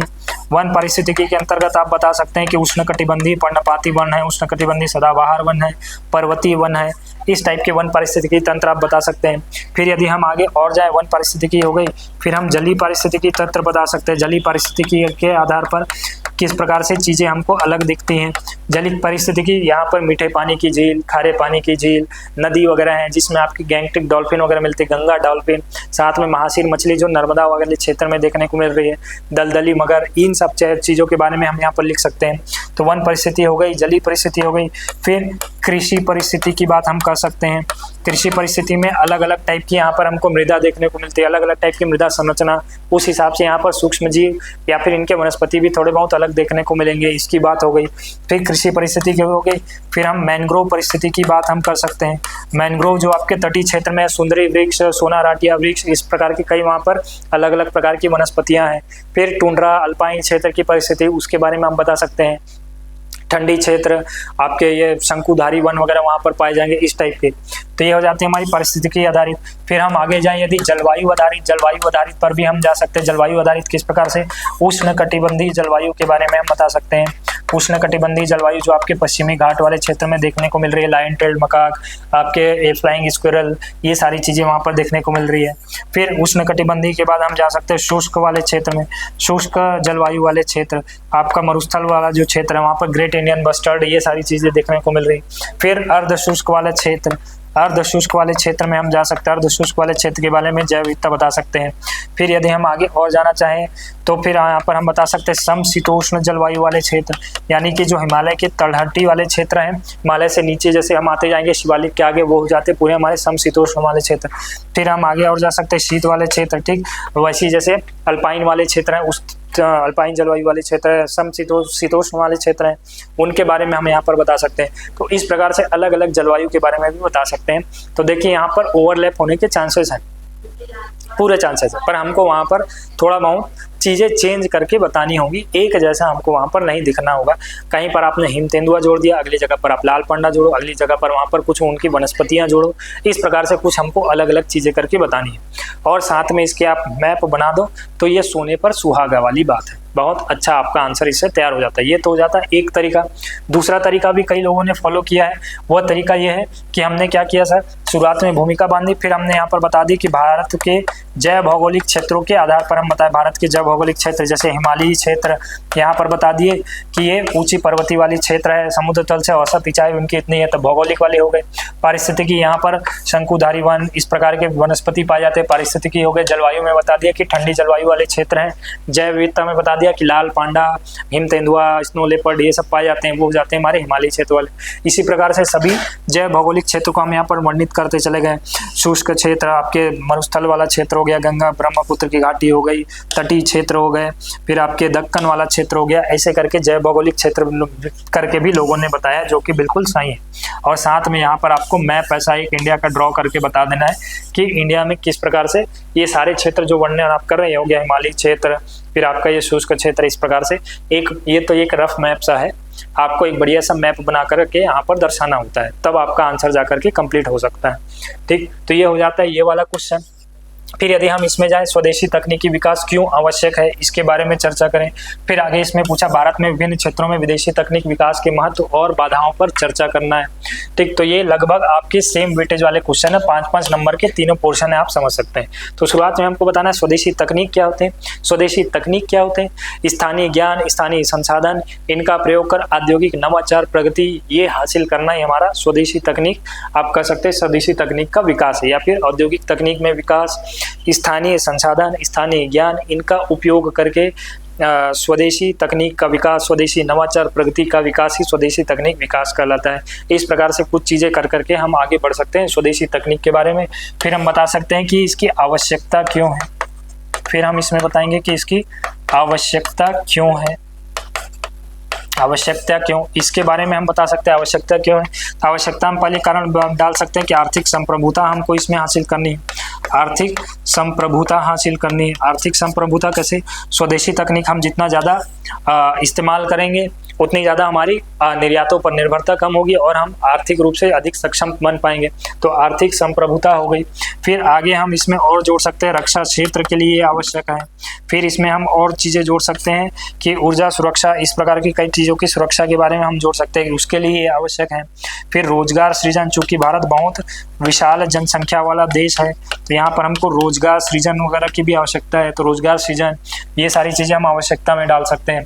फिर हमने पूछा कि विकास के महत्व इसमें क्या है और साथ में बाधाओं पर चर्चा, तो यहाँ पर हम महत्व के बारे में चीज़ में चर्चा कर सकते हैं। तो इसके महत्व हम अलग अलग क्षेत्रों में बता सकते हैं, विभिन्न क्षेत्रों में स्वदेशी तकनीक के महत्व। तो कृषि क्षेत्र में हम बता सकते हैं कृषि क्षेत्र में किस प्रकार से महत्व है। स्वदेशी तकनीक का विकास कर प्रिसीजन फार्मिंग, सस्टेनेबल फार्मिंग, इन सब में इसका इस्तेमाल किया जा सकता है। हमारे निर्यातों पर निर्भरता कम होगी, हमारी कॉस्ट अगर विदेशी मुद्रा बचत होगी तो कृषि क्षेत्र पर हो गए। फिर हम आगे डाल सकते हैं रक्षा क्षेत्र पर हम डाल सकते हैं, जितने ज़्यादा मिसाइल, टैंक, आर्टिलरी भारत में बनाए जा सकते हैं समय के अनुसार हमको उपलब्ध हो पाएंगे, रक्षा क्षेत्र हो गए। फिर हम अंतरिक्ष क्षेत्र डाल सकते हैं, अंतरिक्ष क्षेत्रों में भी हमारे कई डेवलपमेंट सामने आ सकते हैं। फिर हम और डाल सकते हैं आपके चिकित्सा क्षेत्र, स्वदेशी दवाइयाँ, स्वदेशी आपके टीके वगैरह, ये सारी चीज़ें निर्मित की जा सकती हैं शिक्षा क्षेत्र में। फिर आपके डिजिटल क्षेत्र में, सूचना प्रौद्योगिकी वाले क्षेत्र में खुद का डिजिटल प्लेटफॉर्म हम तैयार कर सकते हैं। इन चीज़ों के बारे में हम महत्व बता सकते हैं। खुद का डिजिटल प्लेटफॉर्म करने से सारा भारत का डेटा जो है भारत में ही संरक्षित रहेगा। बाहरी विदेशी कंपनियों पर बहुत ज़्यादा लगाम कसने की आवश्यकता हमको नहीं पड़ेगी, ना ही हम उन पर बहुत ज़्यादा निर्भर रहेंगे। इस प्रकार के हम महत्व बता सकते हैं। फिर यदि बाधाओं की बात करें तो बाधाएं क्या हो सकती है हमारी, बाधाओं के बारे में हम बताना चाहें तो बाधाएं, सबसे पहला तो सबका फेवरेट यही होता है कि अनुसंधान शोध वगैरह में कमी है। अनुसंधान शोध इनमें देश में कमी है, इस पर ज़्यादा आपके निवेश नहीं किया जाता, इस प्रकार की चीज़ें अनुसंधान शोध वगैरह में। फिर हम बता सकते हैं तकनीकी ज्ञान और साथ में तकनीकी ज्ञान या तकनीकी प्रशिक्षण, कौशल, इन सब की कमी है। फिर हम बता सकते हैं कि बौद्धिक संपदा अधिकार का यहाँ पर उतना अधिक महत्व नहीं, बौद्धिक संपदा अधिकार यहाँ पर बहुत सीमित है, यानी इंटेलेक्चुअल प्रॉपर्टी राइट्स, हमने कुछ चीज़ पेटेंट करा ली, ये सारी चीज़ बिल्कुल ही नहीं, यहाँ पर पायरेसी से ज़्यादा काम होता है। ठीक, तो बौद्धिक संपदा वाली हमने बात कर दी, अनुसंधान हो गए, शोध हो गए, तकनीकी ज्ञान, कौशल, बौद्धिक संपदा वगैरह। ठीक, और यहाँ पर साथ में इनोवेशन वाले इकोसिस्टम यहाँ पर मौजूद नहीं, इस प्रकार की कुछ बाधाएं आप यहाँ पर लिख सकते हैं। साथ में इसके और क्या लिख सकते हैं भाई, साथ में इनके आप कुछ स्कीम्स वगैरह भी डाल सकते हैं, जैसे भारत में इसको बढ़ावा देने के लिए मेक इन इंडिया स्कीम चल रही है, उसके बारे में आप बता सकते हैं, थोड़े बहुत नाम लिख सकते हैं। PLI स्कीम चल रही है, उसके बारे में आप लिख सकते हैं। फिर आत्मनिर्भर भारत, इसको बढ़ावा दिया जा रहा है, डिजिटल इंडिया, ये सारी चीज़ें जो है इसके अंतर्गत आप कुछ योजनाओं का नाम लिख सकते हैं स्वदेशी तकनीक विकसित करने के लिए। तो इस प्रकार से ये सारी चीज़ें होती हैं। बहुत कम लोगों ने, बिल्कुल गिनती के लोगों ने इस आंसर को लिखा है, हालांकि खुद जिन्होंने लिखा है थोड़े अच्छे तरीके से ही लिखा है, उनको 10-10 नंबर तक भी इसमें प्राप्त हुए हैं, क्योंकि उन्हें प्रॉपर योजना भी मेंशन किया है, इन सारी चीज़ों के बारे में भी मेंशन किया है। तो ये सारा हमारा कंप्लीट आंसर होता है। इसको मॉडल आंसर में ये सारी चीज़ें डली हुई है, आप उसको रिफ़र कर सकते हैं, सारी चीज़ें आपको वहाँ पर मॉडल आंसर के रूप में मिल जाती है। ये देखिए जैव विविधता वाला, जिसमें हमने एक एक करके सारी चीज़ें डाली। भौगोलिक विविधता के आधार पर हिमालय क्षेत्र, गंगा मैदानी क्षेत्र, पश्चिमी घाट वाला क्षेत्र, दक्कनी पठारी क्षेत्र, इस प्रकार से आप मैप बनाकर डाल सकते हैं। इसमें भले बड़ा दिख रहा है, बाकी ये अपना छोटा सा ही है, बहुत ज़्यादा बड़ा नहीं है। इसमें हमने पूरे बता दिए, शुष्क क्षेत्र है, अर्ध शुष्क क्षेत्र है, मरुस्थलीय क्षेत्र है, प्रायद्वीपीय दक्कन का पठार है, पश्चिमी घाट है, तटीय क्षेत्र है, उत्तर पूर्वी क्षेत्र है, ये सारी चीज़ें हम इसमें मैप में दर्शा सकते हैं इस प्रकार से। फिर आगे हम और कुछ लिखना चाहे, पारिस्थितिकी विविधता के आधार पर भी हमने बता दिए। फिर स्वदेशी तकनीक वाले में हम जाए, स्वदेशी तकनीक में भी देखिए शुरुआत में हमने भूमिका बांध करके स्वदेशी तकनीक के बारे में हम बता सकते हैं कि स्थानीय ज्ञान संसाधन विशेषज्ञता का उपयोग करके घरेलू नवाचार प्रगति से इसका आशय है। फिर इसके बारे में हमने बताया कि इसकी आवश्यकता क्यों, थोड़े बहुत हमने यहाँ पर एग्जाम्पल पहले ही दे दिए, अंतरिक्ष मिशन, तेजस लड़ाकू विमान, इस टाइप की चीज़ें, कोवैक्सीन वाली। फिर भारत में स्वदेशी तकनीक विकास की आवश्यकता क्यों, यह हमने बताया, आर्थिक संप्रभुता हासिल करना, रोजगार सृजन, राष्ट्रीय सुरक्षा, ठीक, और कुछ जो बची हुई चीज़ें हैं वो हमने अन्य में जोड़ दी। फिर भारत के विभिन्न क्षेत्रों में इसका महत्व हमने बताया, कृषि क्षेत्र है, औद्योगिक क्षेत्र है, ठीक, फिर ये डिजिटल सूचना प्रौद्योगिकी वाले क्षेत्र है, रक्षा क्षेत्र, स्वास्थ्य क्षेत्र, इस प्रकार के विभिन्न क्षेत्रों में हमने इसका महत्व दर्शा दिया। फिर बाधाएं हमने बता दी, तकनीकी ज्ञान कौशल की कमी, इकोसिस्टम वगैरह की कमी, बौद्धिक संपदा। फिर आखिरी में हमने 2-3 लाइन में निष्कर्ष भी लिख करके इसको इस तरीके से पूरी तरीके से समावेशित कर दिया। तो ये तरीका होता है, पहले आपको क्वेश्चन पढ़ना है, उसके कितने पार्ट हैं ये डिवाइड करना है, कितने कितने नंबर के हो सकते हैं वो डिवाइड करना है, उस हिसाब से हमको अपने स्पेस मैनेजमेंट करने होते हैं। सारी चीज़ें टू द पॉइंट हमको समावेशित करने की कोशिश यही करना है। इसका सार यही है, अमृत सार, कि पहली बात हमको पॉइंट वाइज आंसर लिखने हैं, दूसरा इस प्रकार से रिप्रेजेंट करना है कि चेकर को बिल्कुल स्पष्ट दिखे आपकी मानसिकता क्या है इस चीज़ को, प्रश्न को लेकर के क्या चीज़ आप उसमें दर्शाना चाह रहे हैं। तो ये इस प्रकार से कंप्लीट एक आंसर राइटिंग का पैटर्न होता है। तो ये पूरा इस प्रश्न को लेकर के हमने यहाँ पर मॉडल आंसर पर चर्चा की है। ये मॉडल आंसर आपके ग्रुप वगैरह में उपलब्ध है, ये चीज़ें देखिए, अपने आप में सुधार कीजिए। और यदि आप यहाँ तक बने हुए हैं इस वीडियो में, इसका मतलब ये है कि आप एक डिजर्विंग कैंडिडेट हैं जो वाकई में सीखना चाह रहे हैं कि किस प्रकार से आंसर राइटिंग होती है, तो आप अपनी क्षमता को पहचानिए, इससे लगातार सीखते चलिए, आप आज नहीं तो कल जरूर सेलेक्ट हो जाएंगे। तो ये सारी चीज़ें हमको सुधार करनी होती है और यही प्रोसेस होता है, ऐसे ही प्रोसेस स्टेप बाय स्टेप हम आगे बढ़ते हैं। तो चलिए, ये था हमारा इस टेस्ट का मॉडल आंसर के विषय में चर्चा। ऐसे ही आगे जो भी हमारे अगले टेस्ट होते चले जाएंगे, मॉडल आंसर हम लेकर के आते चले जाएंगे और आप उसको देखते चले जाना, लगातार अपने में इम्प्रूव करना और ऐसे ही करके हमारा उत्तर लेखन वगैरह में सुधार करना है। तो चलिए मिलते हैं अगले टेस्ट के मॉडल आंसर वगैरह में, तब तक के लिए जय हिंद।